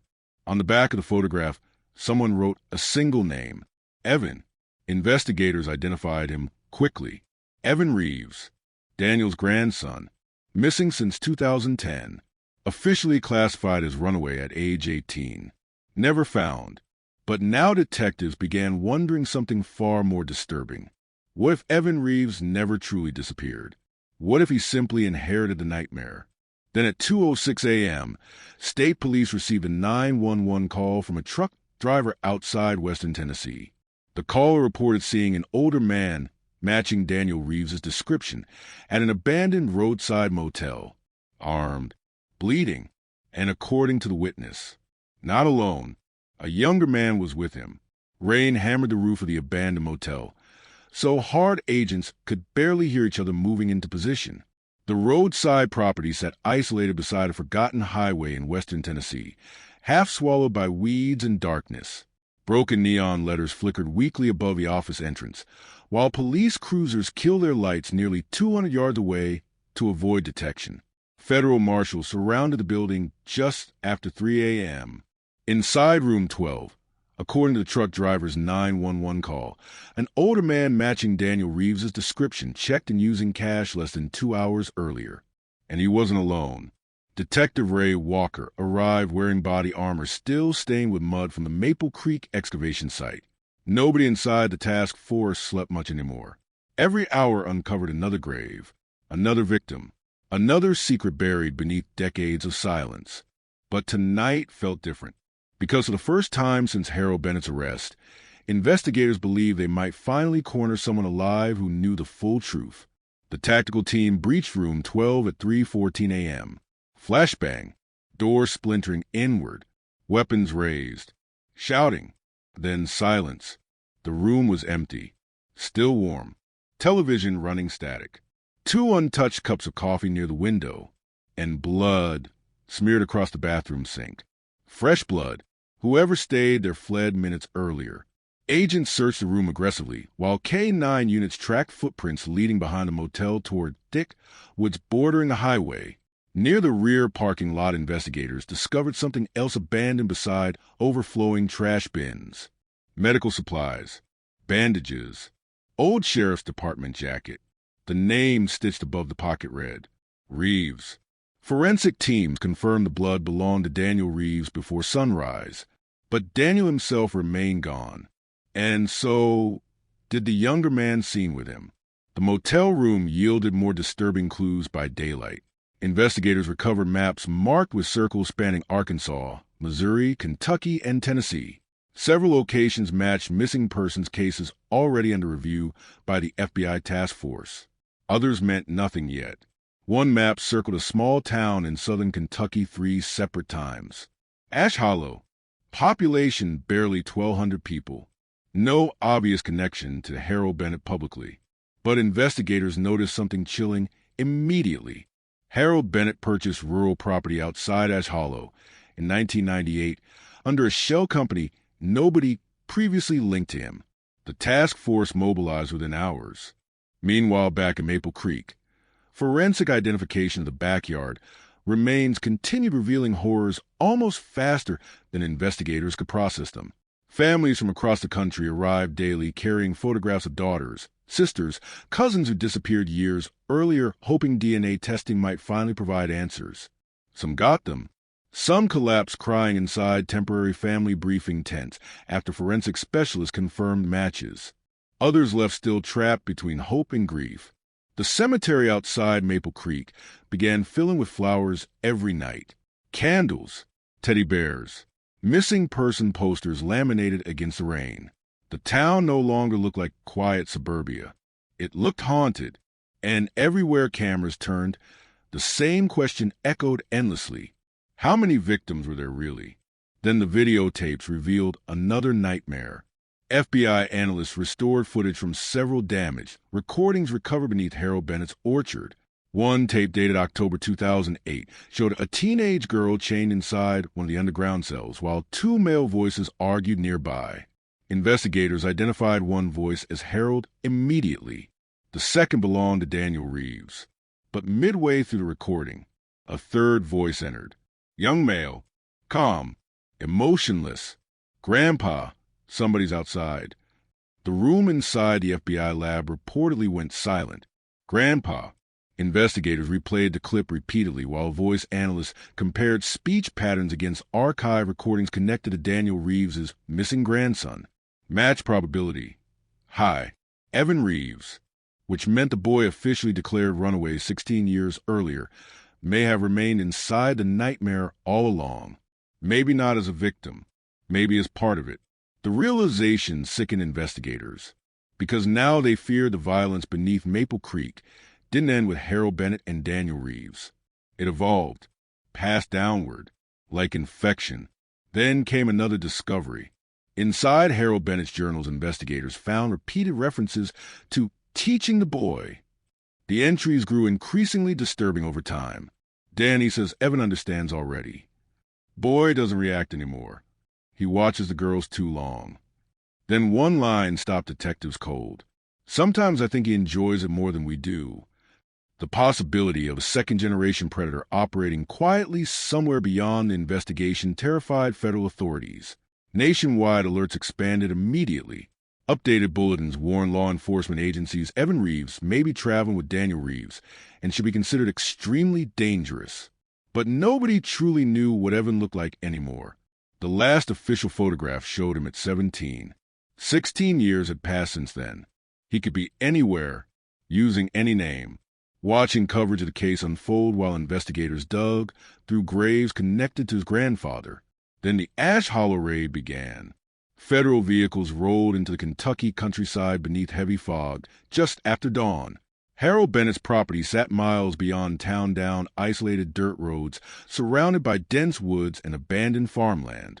Locals described the place as an old hunting cabin rarely occupied. Neighbors remembered strange trucks arriving late at night over the years. Nobody asked questions. Nobody wanted trouble. Tactical teams approached the property cautiously expecting armed resistance. Instead, they found silence. The cabin stood empty. Dust-covered furniture. Cold fireplace. No electricity. But investigators noticed tire tracks fresh enough to cut through morning dew leading behind the cabin toward the woods.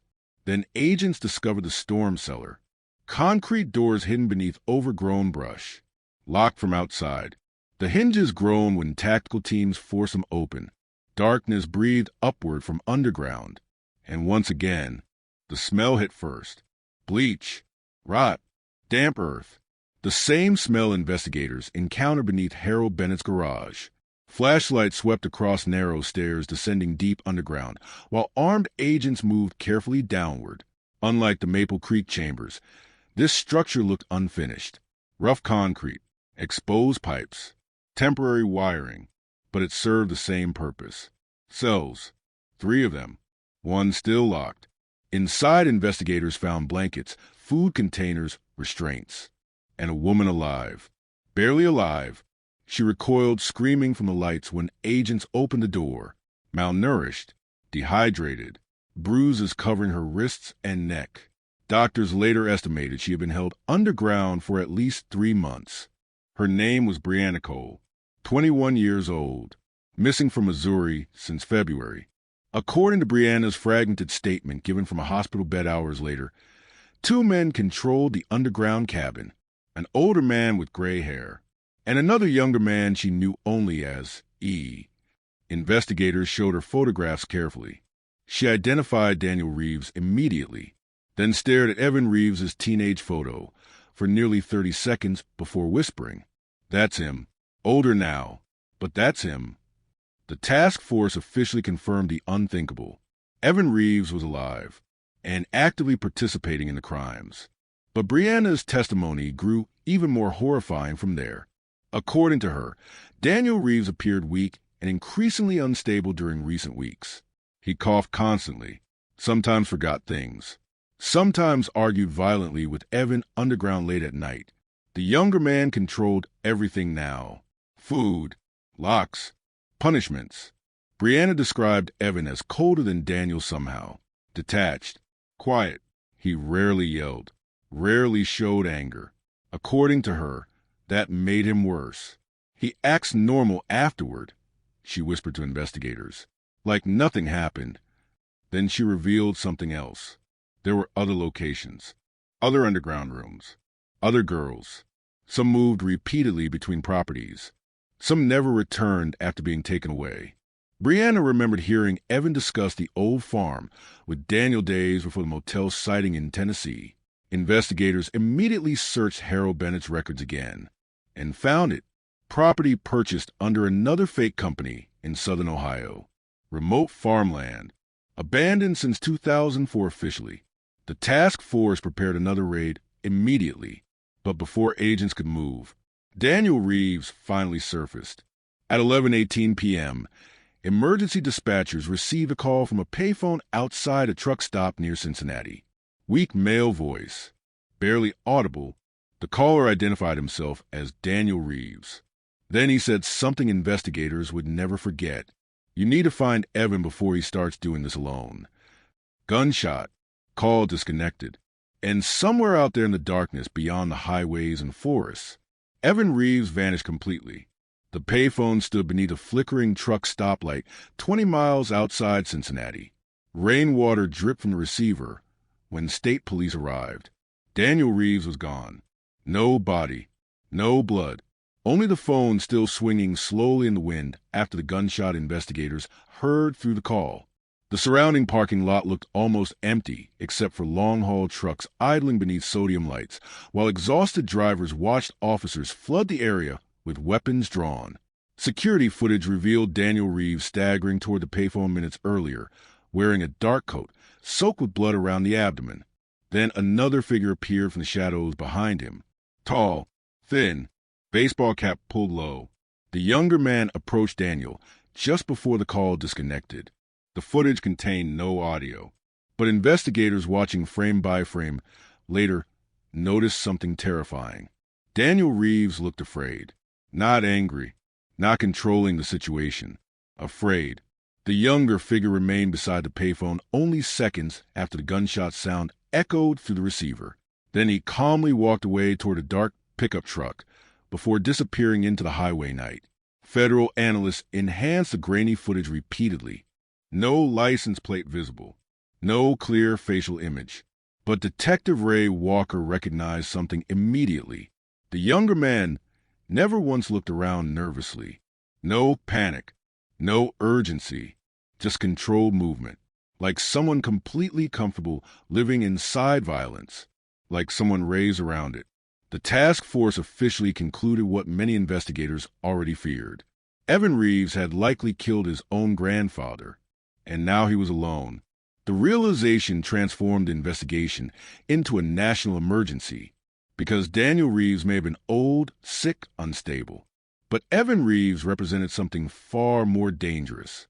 Young, mobile, experienced, invisible, raised inside underground prisons and murder scenes since childhood. Nobody truly knew how many crimes he participated indirectly. Nobody knew how many victims he helped transport, restrain, bury, or watch die. The journals recovered from Harold Bennett's attic painted a horrifying picture of gradual corruption stretching back years. Boy watched quietly tonight. Danny says he learns fast. He doesn't ask questions anymore.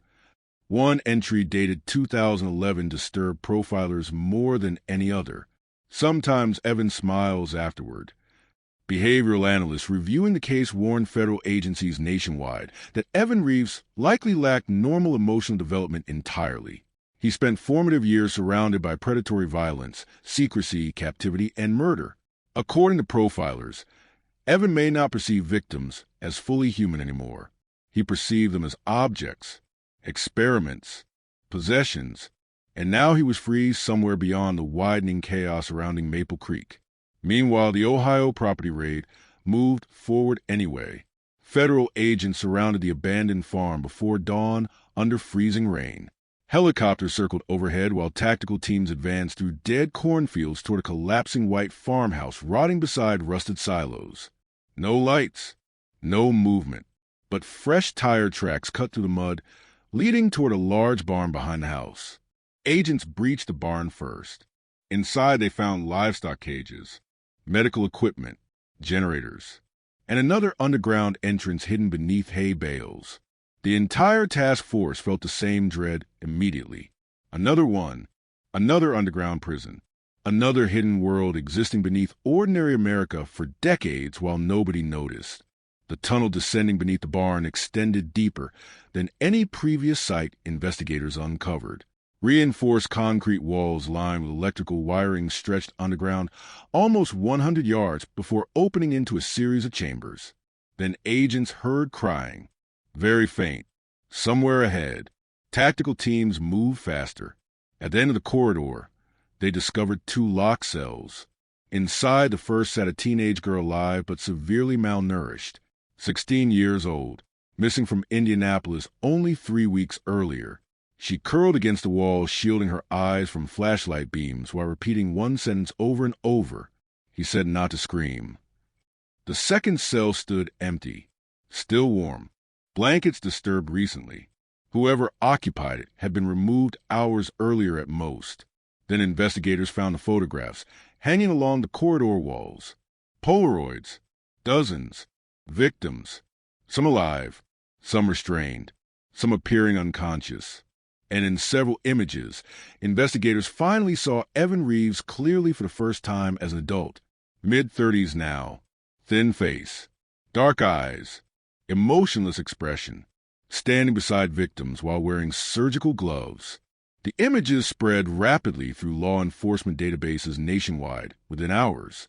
And then the agents found Daniel Reeves, buried shallow behind the barn beneath freshly turned earth. Single gunshot wound to the head. No weapon recovered. Forensic estimates placed time of death within 12 hours of the truck stop call. Detective Walker stared at the body silently while rain soaked the excavation site. Daniel Reeves spent decades helping build a hidden empire of abduction, torture, and murder stretching across multiple states. Yet somehow his death still felt unsettling. Because even at the very end, Daniel sounded terrified of Evan. Terrified enough to call police himself. Terrified enough to beg investigators to stop the man he helped create. Then the surviving teenager from the underground cell gave investigators another crucial piece of information. According to her statement, Evan talked constantly while moving between properties. Sometimes he spoke to victims for hours about the old days underground and how Harold taught everything wrong. Wrong. The word disturbed profilers immediately, because Evan didn't view the crimes as evil. He viewed previous killers as inefficient. According to Girl, Evan repeatedly described Harold Bennett and Daniel Reeves as weak men who made mistakes because they grew emotional around victims. He said people disappear easier now, she whispered during her interview. He said nobody notices lonely girls anymore. The FBI publicly released Evan Reeves' photograph later that evening. The response became immediate chaos. Hundreds of tips flooded hotlines nationwide. Possible sightings in truck stops, bus terminals, motels, campgrounds. Some credible, most useless. But one detail appeared repeatedly in separate reports. Evan traveled with women who looked frightened. Young women, always moving, always isolated. Then investigators uncovered something even worse inside the underground Ohio facility. Storage Room 3 contained detailed maps marked with symbols and coded notes spanning at least 7 states. Analysts realized quickly the markings corresponded not to burial sites, but surveillance zones, college campuses, bus stations, homeless shelters, truck stops, places where vulnerable people moved invisibly through society every day. Evan Reeves wasn't hiding randomly. He was hunting systematically. And according to recovered notes, he had been doing it for years. Then came the tape. One final videotape, recovered from beneath Harold Bennett's orchard, had remained too damaged for restoration until now. FBI technicians finally extracted enough audio and visual data to review portions safely. The footage opened inside one of the underground rooms sometime around 2014. Harold Bennett sat beside a table drinking coffee. Across from him sat Evan Reeves. Calm, adult now. The two men spoke casually, while a crying female voice echoed faintly somewhere beyond camera range. Investigators listened carefully. Harold sounded tired, old. You have to slow down, he warned. Evan shook his head. No, you got careless because you stopped evolving. Harold laughed weakly. These girls aren't objects. Evan stared at him blankly for several seconds before answering. Yes, they are. The room inside FBI headquarters reportedly fell silent after hearing that exchange, because suddenly investigators understood something chilling. Even Harold Bennett, a serial predator responsible for unimaginable horrors, feared what Evan Reeves was becoming. Then the tape grew worse. Evan looked directly toward the camera, toward whoever recorded the footage, and smiled. Not wide, not dramatic, just enough to reveal complete absence of fear. He says people like us always get caught eventually. Evan said quietly, but he still thinks this is about hiding. Then the recording ended abruptly. The clip aired nowhere publicly, but investigators who viewed it described the same reaction afterward. Evan Reeves did not behave like a fugitive running from justice. He behaved like someone continuing a process already far bigger than one investigation. And while authorities flooded highways, searching for him, another young woman disappeared outside Louisville, Kentucky, last seen entering a dark pickup truck near a gas station off Interstate 64. Witnesses described the driver as thin, quiet, wearing a baseball cap pulled low over his eyes. The girl vanished 3 blocks from the gas station. Security cameras captured only fragments. A dark pickup truck rolling slowly beneath fluorescent lights. A young woman carrying a backpack. Then nothing. No scream. No struggle. No body. Just empty pavement beneath flickering neon signs, while interstate traffic thundered endlessly through the Kentucky night. By then, the entire country knew Evan Reeves' face. Every television station. Every news alert. Every police bulletin. But fear creates its own blindness. Truck stop employees later admitted they recognized him only after watching surveillance footage again. At the time, he looked ordinary, tired, quiet, forgettable. That was the terrifying part. Monsters survive because they rarely look monstrous.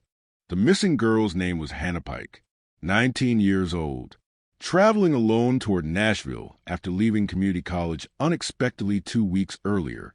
Friends describe her as restless recently. Depressed, drifting, exactly the kind of vulnerable target Evan Reeves hunted carefully through bus terminals and highway corridors across the Midwest. Investigators moved immediately once Hannah disappeared. Cell tower data placed Evan's stolen pickup near the gas station 30 minutes before witnesses last saw Hannah alive. Highway cameras later tracked the truck, moving eastbound toward rural Kentucky backroads where forests stretched for miles without cameras or traffic. The search became massive. State police, federal marshals, FBI tactical teams, helicopters sweeping tree lines with thermal imaging through freezing rain. But deep down, many investigators feared they were already too late, because every hour mattered with predators like Evan Reeves. And unlike Harold Bennett or Daniel Reeves, Evan did not seem interested in staying hidden anymore. He was evolving. That word kept appearing in Harold's journals repeatedly. Evolving, changing methods, improving systems, eliminating mistakes. Behavioral analysts studying Evan's psychology reached disturbing conclusions quickly. Unlike previous generations of killers surrounding him, Evan possessed no emotional attachment to Maple Creek, no nostalgia, no need for routine. He moved constantly, adapted constantly. Technology fascinated him.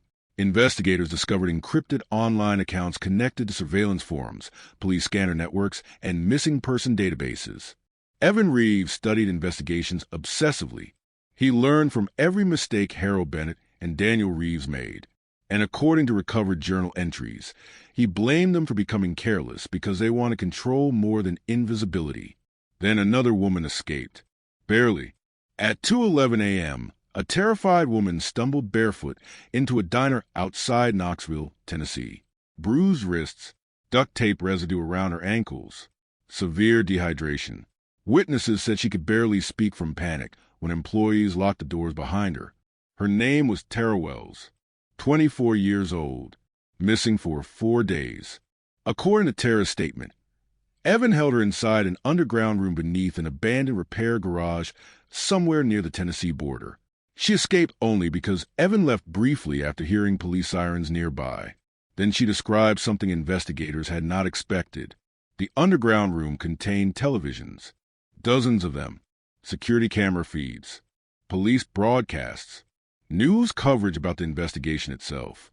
"He watches all of you," Tara whispered during questioning. "He smiles when reporters say his name."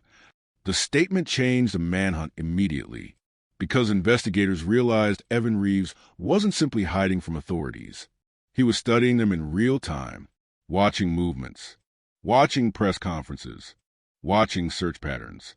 And if Tara's account proved accurate, then Evan likely abandoned locations moments before tactical teams arrived repeatedly because he monitored the investigation constantly. Then Tara revealed something worse. There was another girl still underground when she escaped. Young, blonde hair, maybe 16, weak from starvation. Tara begged investigators to hurry before Evan returned. The race began instantly. Using fragments from Tara's memory, FBI geographic profilers narrowed possible locations to industrial corridors near the Tennessee-Kentucky border. Investigators cross-referenced abandoned garages, warehouses, and repair shops connected historically to shell companies linked indirectly to Harold Bennett. One location surfaced repeatedly: an old trucking repair facility outside Corbin, Kentucky, closed officially since 2011, owned through layered fake corporations, eventually tracing back toward Harold Bennett's financial network. Federal agents moved before sunrise. The facility sat isolated beside dead rail lines swallowed by weeds and rust. Massive garage bays loomed against gray skies while tactical teams surrounded the perimeter silently. Everything looked abandoned. Too abandoned. Detective Ray Walker felt the same instinct immediately he experienced entering Harold Bennett's house weeks earlier. The silence felt wrong. Breach teams entered through two sides simultaneously. Dust, oil stains, broken machinery. Nothing. Then agents discovered power running beneath the building. Fresh electrical, wiring hidden behind old compressor units. And finally, another concealed door. Steel, reinforced, locked electronically, this time instead of chains and padlocks. Evan was adapting.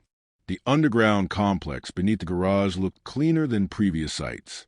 More modern. Surveillance monitors lined concrete walls while computer equipment hummed beside generators. Maps covered one room entirely. Missing person posters. Highway routes. Police frequencies handwritten carefully into notebooks. This wasn't only a prison anymore. It was a command center. Then agents found the girl. Alive. Barely conscious. Chained inside a narrow underground cell. 16-year-old Megan Holloway disappeared from Indiana 6 days earlier while walking home from work. She weighed barely 90 pounds when paramedics carried her out through the freezing rain toward waiting ambulances. But Evan Reeves was gone. Again. And this time he left something behind intentionally. A videotape sitting alone atop a metal desk. Labeled, for Detective Walker. The room inside FBI headquarters remained completely silent when analysts finally played the recording. Evan Reeves sat facing the camera directly. Calm. Expressionless. No mask. No distortion. He looked younger than investigators expected. Thin face. Hollow eyes. Quiet voice almost unnervingly soft. "You think this ends with me," he began. Then he smiled faintly. "It doesn't." Behind him, investigators noticed concrete walls identical to the underground cells discovered across multiple states. Somewhere nearby, water dripped rhythmically through darkness. Evan leaned closer toward the camera. "My grandfather thought fear kept people silent. Harold thought hiding bodies solved everything. They were old, weak, emotional." He paused. "But they taught me one important thing." Another faint smile. "Nobody notices the missing until it becomes personal." Detective Walker watched the footage without blinking while agents around him sat frozen. Because Evan wasn't ranting, wasn't unstable. He sounded focused, controlled, methodical. Then the recording became even darker. "You know what I learned watching those girls underground?" Evan asked quietly. "Most people disappear long before anyone reports them missing." Images flashed suddenly across the screen. Photographs. Women. Teenagers. Some investigators recognized faces connected to open missing person cases nationwide. Others nobody recognized at all. The implication hit like ice water. There were more victims still undiscovered. Many more. Then Evan looked directly into the lens again. "You're digging up graves from 30 years ago while new girls vanish every week. You can't stop something society barely notices." The screen cut briefly to black. Then one final image appeared. A photograph of Hannah Pike. Alive. Terrified. Time-stamped only hours earlier. The room erupted instantly. Analysts scrambled tracing metadata, while tactical coordinators flooded surrounding states with emergency alerts. Hannah was still alive. For now. Then the tape ended with Evan whispering one final sentence. "Find me before she becomes another cold case." And somewhere beyond the highways, forests, abandoned buildings, and endless American backroads, Evan Reeves kept moving through the darkness with Hannah Pike still breathing beside him. The photograph of Hannah Pike stayed frozen on screens across FBI headquarters long after the videotape ended. Young, terrified, alive. For investigators who spent weeks excavating graves and identifying skeletons, the image carried unbearable urgency. Hannah was no longer another name buried inside databases or printed across missing person flyers. She was breathing somewhere underground while Evan Reeves watched the entire country search for him. And everyone inside the task force understood one brutal truth. Time was running out. Detective Ray Walker barely slept anymore. Coffee, cigarettes, cold interrogation rooms, endless maps pinned across temporary command walls. The Bennett Reeves investigation had already expanded into one of the largest multi-state homicide cases in modern history. Graves uncovered in 4 states. More than 20 confirmed victims. Dozens still unidentified. And now a new predator moved through the chaos with terrifying intelligence. Evan Reeves adapted faster than law enforcement could predict. He changed vehicles constantly, abandoned phones quickly, used stolen identities, avoided surveillance corridors. Most disturbing of all, he appeared to understand investigative procedure almost professionally. Profilers believed years spent around Daniel Reeves exposed him to police methodology from childhood. Evan knew how search grids operated. He knew how media cycles influenced public pressure. He knew exactly how long authorities could sustain large-scale manhunts before exhaustion and bureaucracy slowed everything down. But there was something else, too. Something darker. Evan wanted investigators chasing him. The videotape proved that. The taunting, the direct eye contact, the deliberate inclusion of Hannah Pike still alive. He wasn't only hiding. He was performing. Then another package arrived. At 4:26 a.m., a local television station in Louisville, received an unmarked envelope delivered by overnight courier. Inside sat a flash drive and a handwritten note. She still has 3 days. Federal agents intercepted the package within minutes. The flash drive contained another video. This time, Hannah Pike appeared sitting inside a dim underground room wrapped in a blanket. Her face looked pale and exhausted, but largely unharmed physically. Someone behind the camera asked her questions calmly. "What's your name?" "Hannah." "How old are you?" 19. "Do you think anyone will find you?" Long silence. Then Hannah began crying softly. The camera moved closer. Too close. Investigators watching the footage reportedly felt physically sick because Evan never appeared directly on screen. Only his breathing, his voice, controlled, patient, almost gentle. "You know the strange thing?" he asked her quietly. "Every girl before you thought somebody was coming too." The recording cut immediately afterward. No location clues. No timestamps. Nothing obvious. But FBI audio analysts detected something hidden beneath the conversation. Trains. Distant metallic impacts repeating irregularly. And water. Flowing water. The geographic profiling unit narrowed possibilities rapidly. Industrial rail corridors near river systems. Abandoned infrastructure. Underground drainage access. The search radius still covered hundreds of square miles, but investigators finally had movement. Then another woman vanished. Cincinnati. 22 years old. Last seen leaving a homeless outreach center. Security footage captured a dark pickup truck circling the block twice before she disappeared. Public panic intensified instantly. Parents stopped letting teenagers travel alone. Universities across several states issued emergency safety advisories. Gas stations posted Evan Reeves' photograph beside cash registers. Truck drivers formed online groups sharing highway sightings. True crime forums exploded with theories ranging from organized trafficking networks to underground cult activity. And somewhere inside the hysteria, Evan kept hunting, because that was the most horrifying part. Despite national attention, despite helicopters, despite armed federal task forces, girls still disappeared. Then Detective Walker received a phone call. Private number. Distorted silence for several seconds. Then breathing. Walker immediately recognized the voice. "Evan Reeves. You look tired," Evan said calmly. The entire command center froze while technicians scrambled tracing the call. "What do you want?" Walker asked. Another pause. "You're asking the wrong questions." Investigators signaled desperately for Walker to keep him talking longer. "You murdered your own grandfather," Walker said carefully. Evan laughed softly. He built cages because he was scared of losing control. Harold buried bodies because he was scared of being remembered. Weak men always confuse fear with power. The tray stalled repeatedly. Burner rerouting. Professional countermeasures. Then Evan said something that chilled everyone listening. "You've been inside 6 underground sites already. You still haven't found the worst one." The room went dead silent. Walker felt it immediately. Evan wasn't bluffing. "There are more girls there," Evan continued quietly. "Some alive, some not." "Where?" "You'll figure out eventually. The question is whether they survive long enough." The line crackled. Walker tried keeping him engaged. "Why call me?" Another long silence. Then the answer came almost like a whisper. "Because you actually looked at them."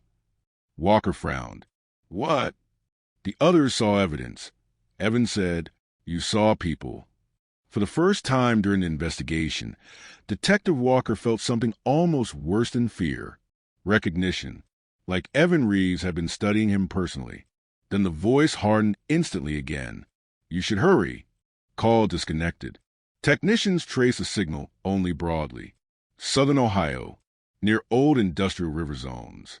The task force mobilized immediately. Meanwhile, forensic analysts reviewing Harold Bennett's journals uncovered repeated references to a location called the Hollow. At first, investigators assumed the term referred symbolically to underground chambers or burial sites. Then a retired surveyor contacted the FBI after seeing media coverage. He remembered an abandoned Cold War drainage facility nicknamed Hollow Station outside Portsmouth. Ohio, decades earlier. Massive underground flood tunnels connected to old rail systems beneath industrial land near the river. Mostly forgotten now. Mostly sealed. Mostly. The moment aerial maps appeared on screen, investigators felt the atmosphere inside command headquarters change completely. Rail lines, water access, industrial isolation, enough underground space to hide almost anything. The raid began that same night. Federal vehicles rolled silently through freezing rain, while helicopters cut across black skies overhead. Hollow stations sat buried beneath collapsing industrial ruins beside the Ohio River, where factories died decades earlier. Rusted pipelines stretched across empty lots, while flood tunnels disappeared underground beneath reinforced concrete. The entrance stood hidden behind old maintenance structures overgrown by weeds. Unlocked, fresh tire tracks nearby. Evan wanted them entering. Everyone knew it, but nobody had a choice. Tactical teams descended first. The tunnel system beneath Hollow Station dwarfed every previous underground site investigators discovered. Concrete corridors stretched endlessly beneath dripping pipes and rusted rail tracks, while cold river water echoed somewhere beyond the darkness. Then agents found electricity, working generators, surveillance cameras, recent food supplies, signs of habitation everywhere. And finally, voices, crying, very faint. Agents followed the sound deeper underground until the tunnel opened into a massive hidden chamber divided by steel fencing and concrete walls. Cells, at least 8 of them, some empty, some not. Inside 3 cells, investigators discovered women alive, terrified, weak, barely able to stand. One appeared no older than 15. Another had been missing from Illinois since the previous summer. A third immediately began screaming the moment lights hit the corridor. He said you wouldn't come. Paramedics rushed forward while tactical teams continued clearing the underground maze, searching desperately for Hannah Pike and Evan Reeves. Then one agent found a room, not a prison cell, a bedroom, clean, organized, books stacked carefully beside a mattress, computer monitors displaying news coverage of the investigation nonstop, maps covering every wall. And at the center, photographs of victims, hundreds of them, connected by strings and handwritten notes like some twisted archive documenting decades of suffering. But one photograph sat alone above the others. Detective Ray Walker, recent, taken without his knowledge. And beneath it, written in black marker across the concrete wall, you were always the closest. Then somewhere deep beneath Hollow Station, a steel door slammed shut. The sound of the steel door slamming underground echoed through Hollow Station like a gunshot. Then the lights went out. Complete darkness swallowed the tunnel system instantly, while agents shouted over each other through static-filled radios. Emergency flashlights snapped on across dripping concrete corridors as tactical teams scrambled to regroup inside the underground maze. Detective Ray Walker drew his weapon instinctively, while red emergency lighting flickered weakly somewhere deeper in the station. Water dripped steadily through rusted pipes overhead. The entire structure groaned beneath the pressure of the river above them. Then came the voice, Evan Reeves, broadcast through hidden speakers buried inside the tunnel walls.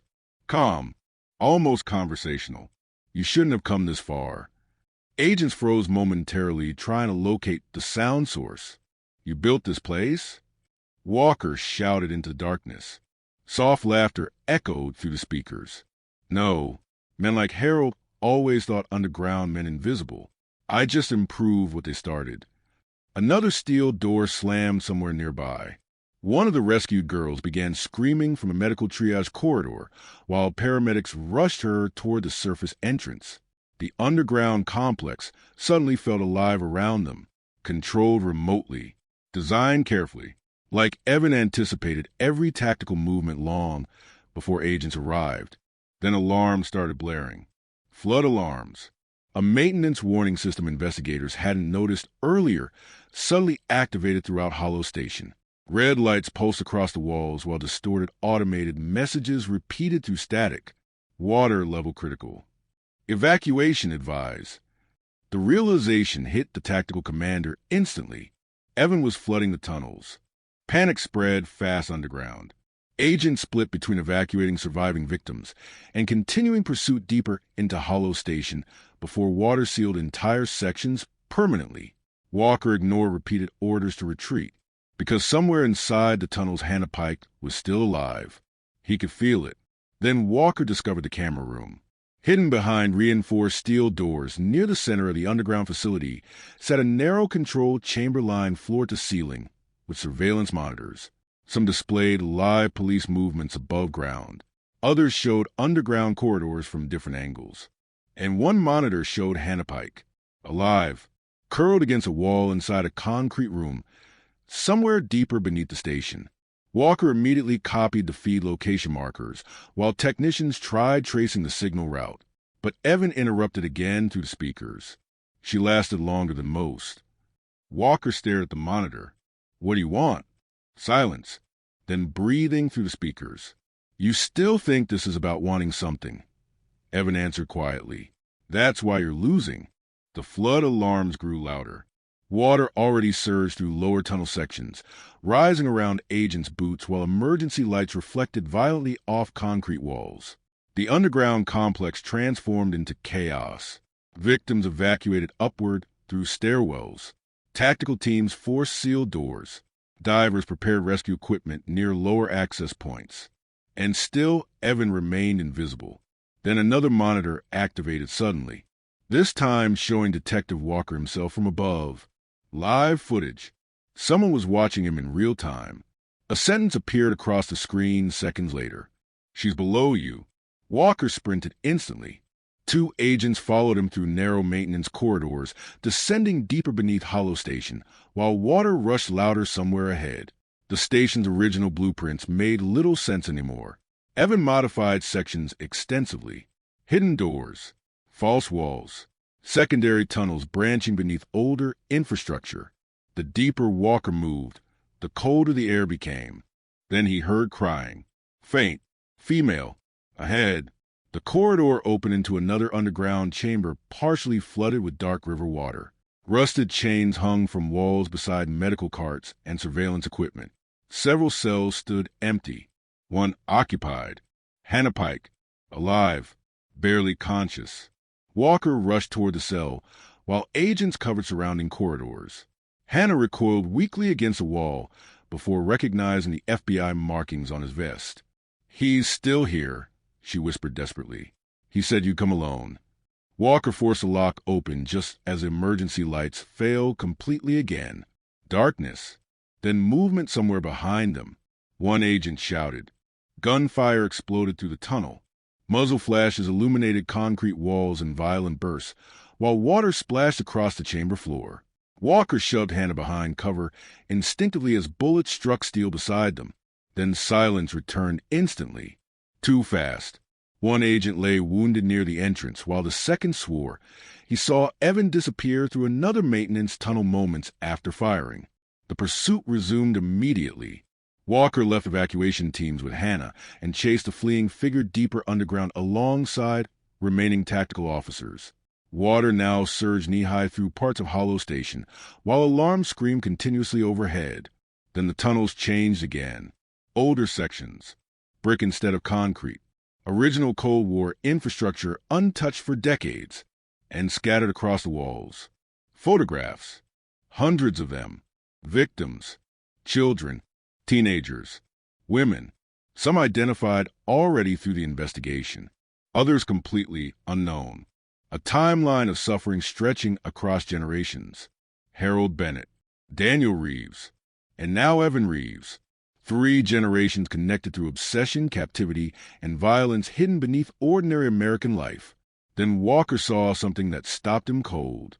One photograph showed himself as a young patrol officer nearly 15 years earlier, standing outside a grocery store in Maple Creek.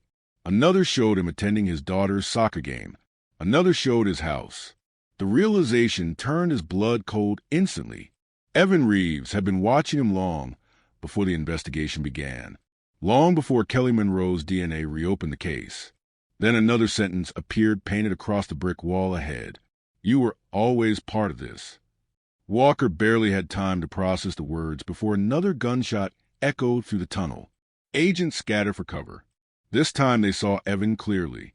Thin figure, dark clothing soaked from floodwater, moving quickly through the maze with terrifying familiarity. Walker pursued immediately while tactical teams followed behind. The chase tore through collapsing underground corridors as water levels continued rising rapidly around them. Rusted pipes burst overhead.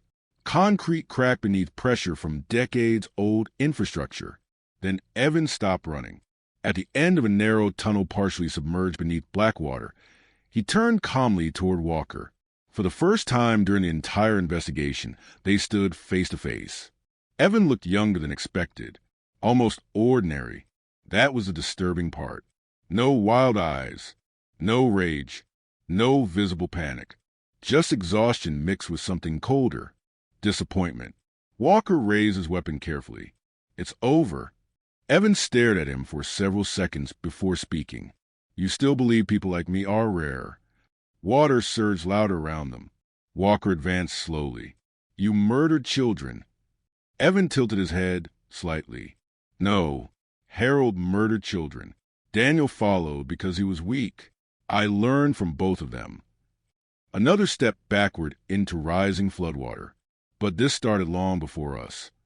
Walker frowned. What does that mean? For the first time, emotion flickered briefly across Evan's face. Not guilt, not fear. Something closer to anger. You excavated graves, but never asked why nobody noticed girls disappearing for decades. Runaways, foster kids, addicts, homeless women. Society buried them before we ever did. The words echoed through the flooding tunnel, while distant structural groans vibrated overhead. Walker kept his weapon steady. You're blaming society for what you did? No, Evan answered quietly. I'm explaining why it was easy. Then he smiled faintly and pressed something hidden in his hand. The explosion detonated somewhere deeper inside Hollow Station instantly. The tunnel convulsed violently. Concrete split. Water roared forward through collapsing corridors while emergency lights burst overhead. Tactical teams screamed evacuation orders through radios as entire tunnel sections began caving inward beneath river pressure. Walker lunged forward to the chaos, reaching for Evan, just as another collapse tore the floor apart between them. For one split second their hands nearly touched. Then black water swallowed Evan Reeves into collapsing darkness beneath Hollow Station. Gone. Just like that. The current dragged debris, concrete, and floodwater violently through the tunnels, while Walker barely escaped upward alongside surviving agents before entire underground sections collapsed permanently beneath the river. By dawn, Hollow Station was underwater, completely inaccessible.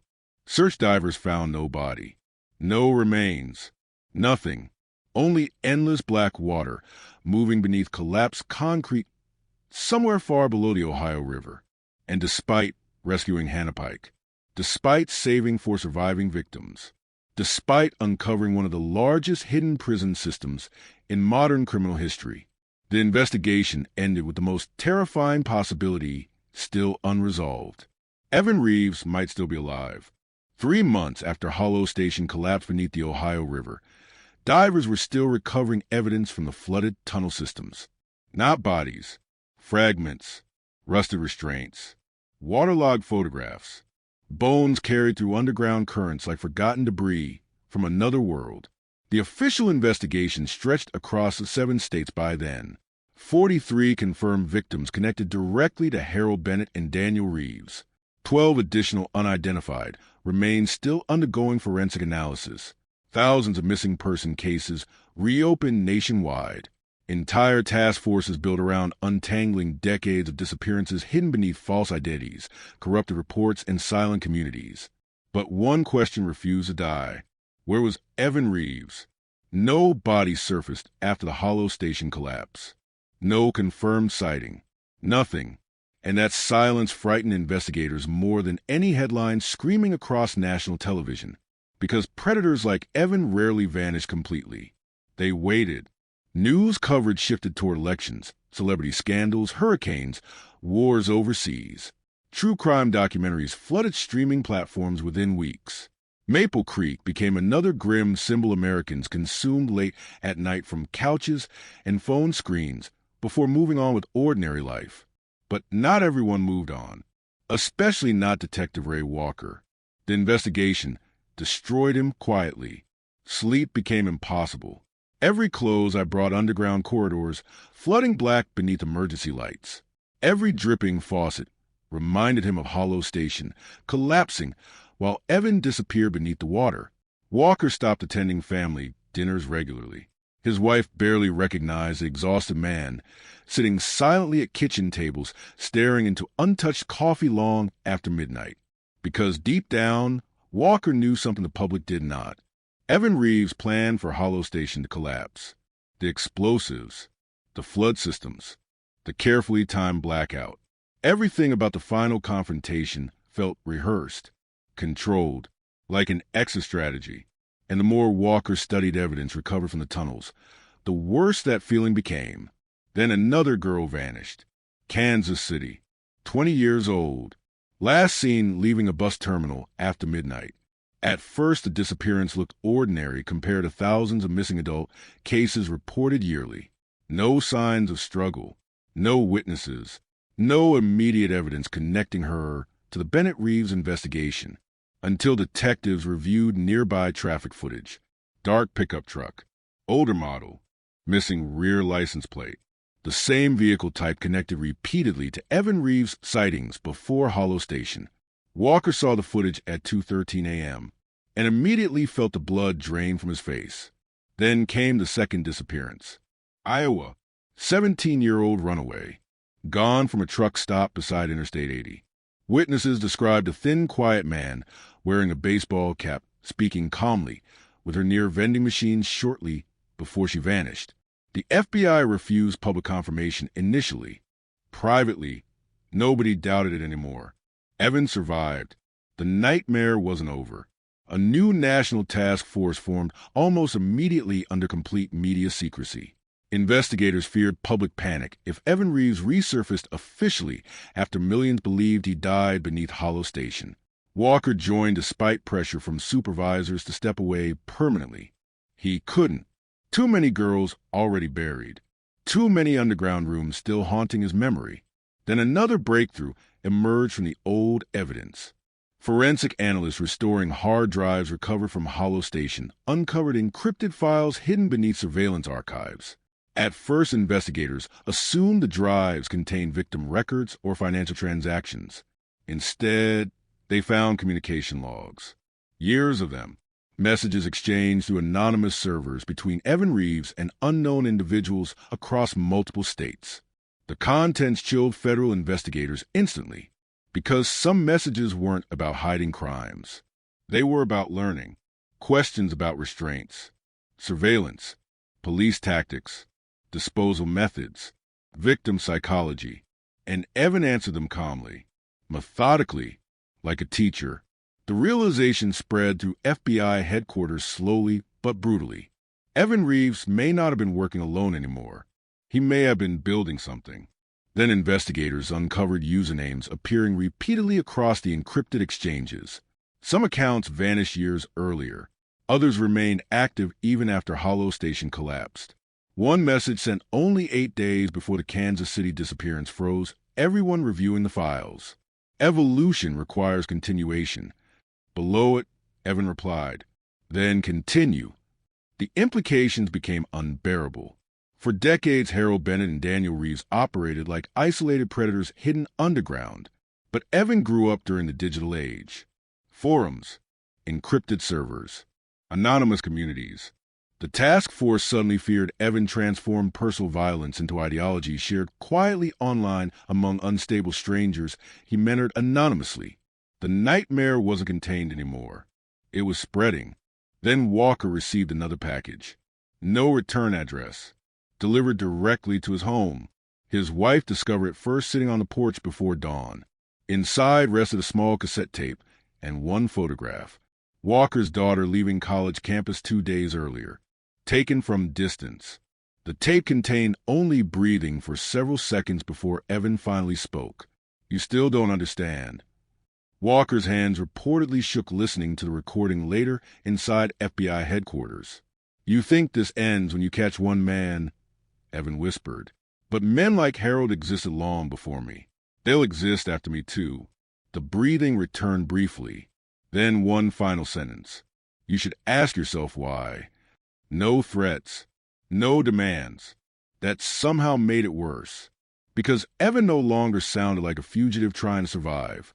He sounded ideological, convinced, certain.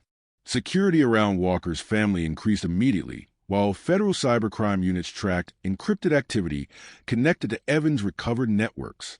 Several users vanished offline completely once investigators began monitoring the forums. Others grew more active. One account posted disturbing photographs from abandoned locations alongside cryptic phrases investigators recognized from Harold Bennett's journals. People disappear easier underground. Another message simply read, Maple Creek was only the beginning. Then came the body.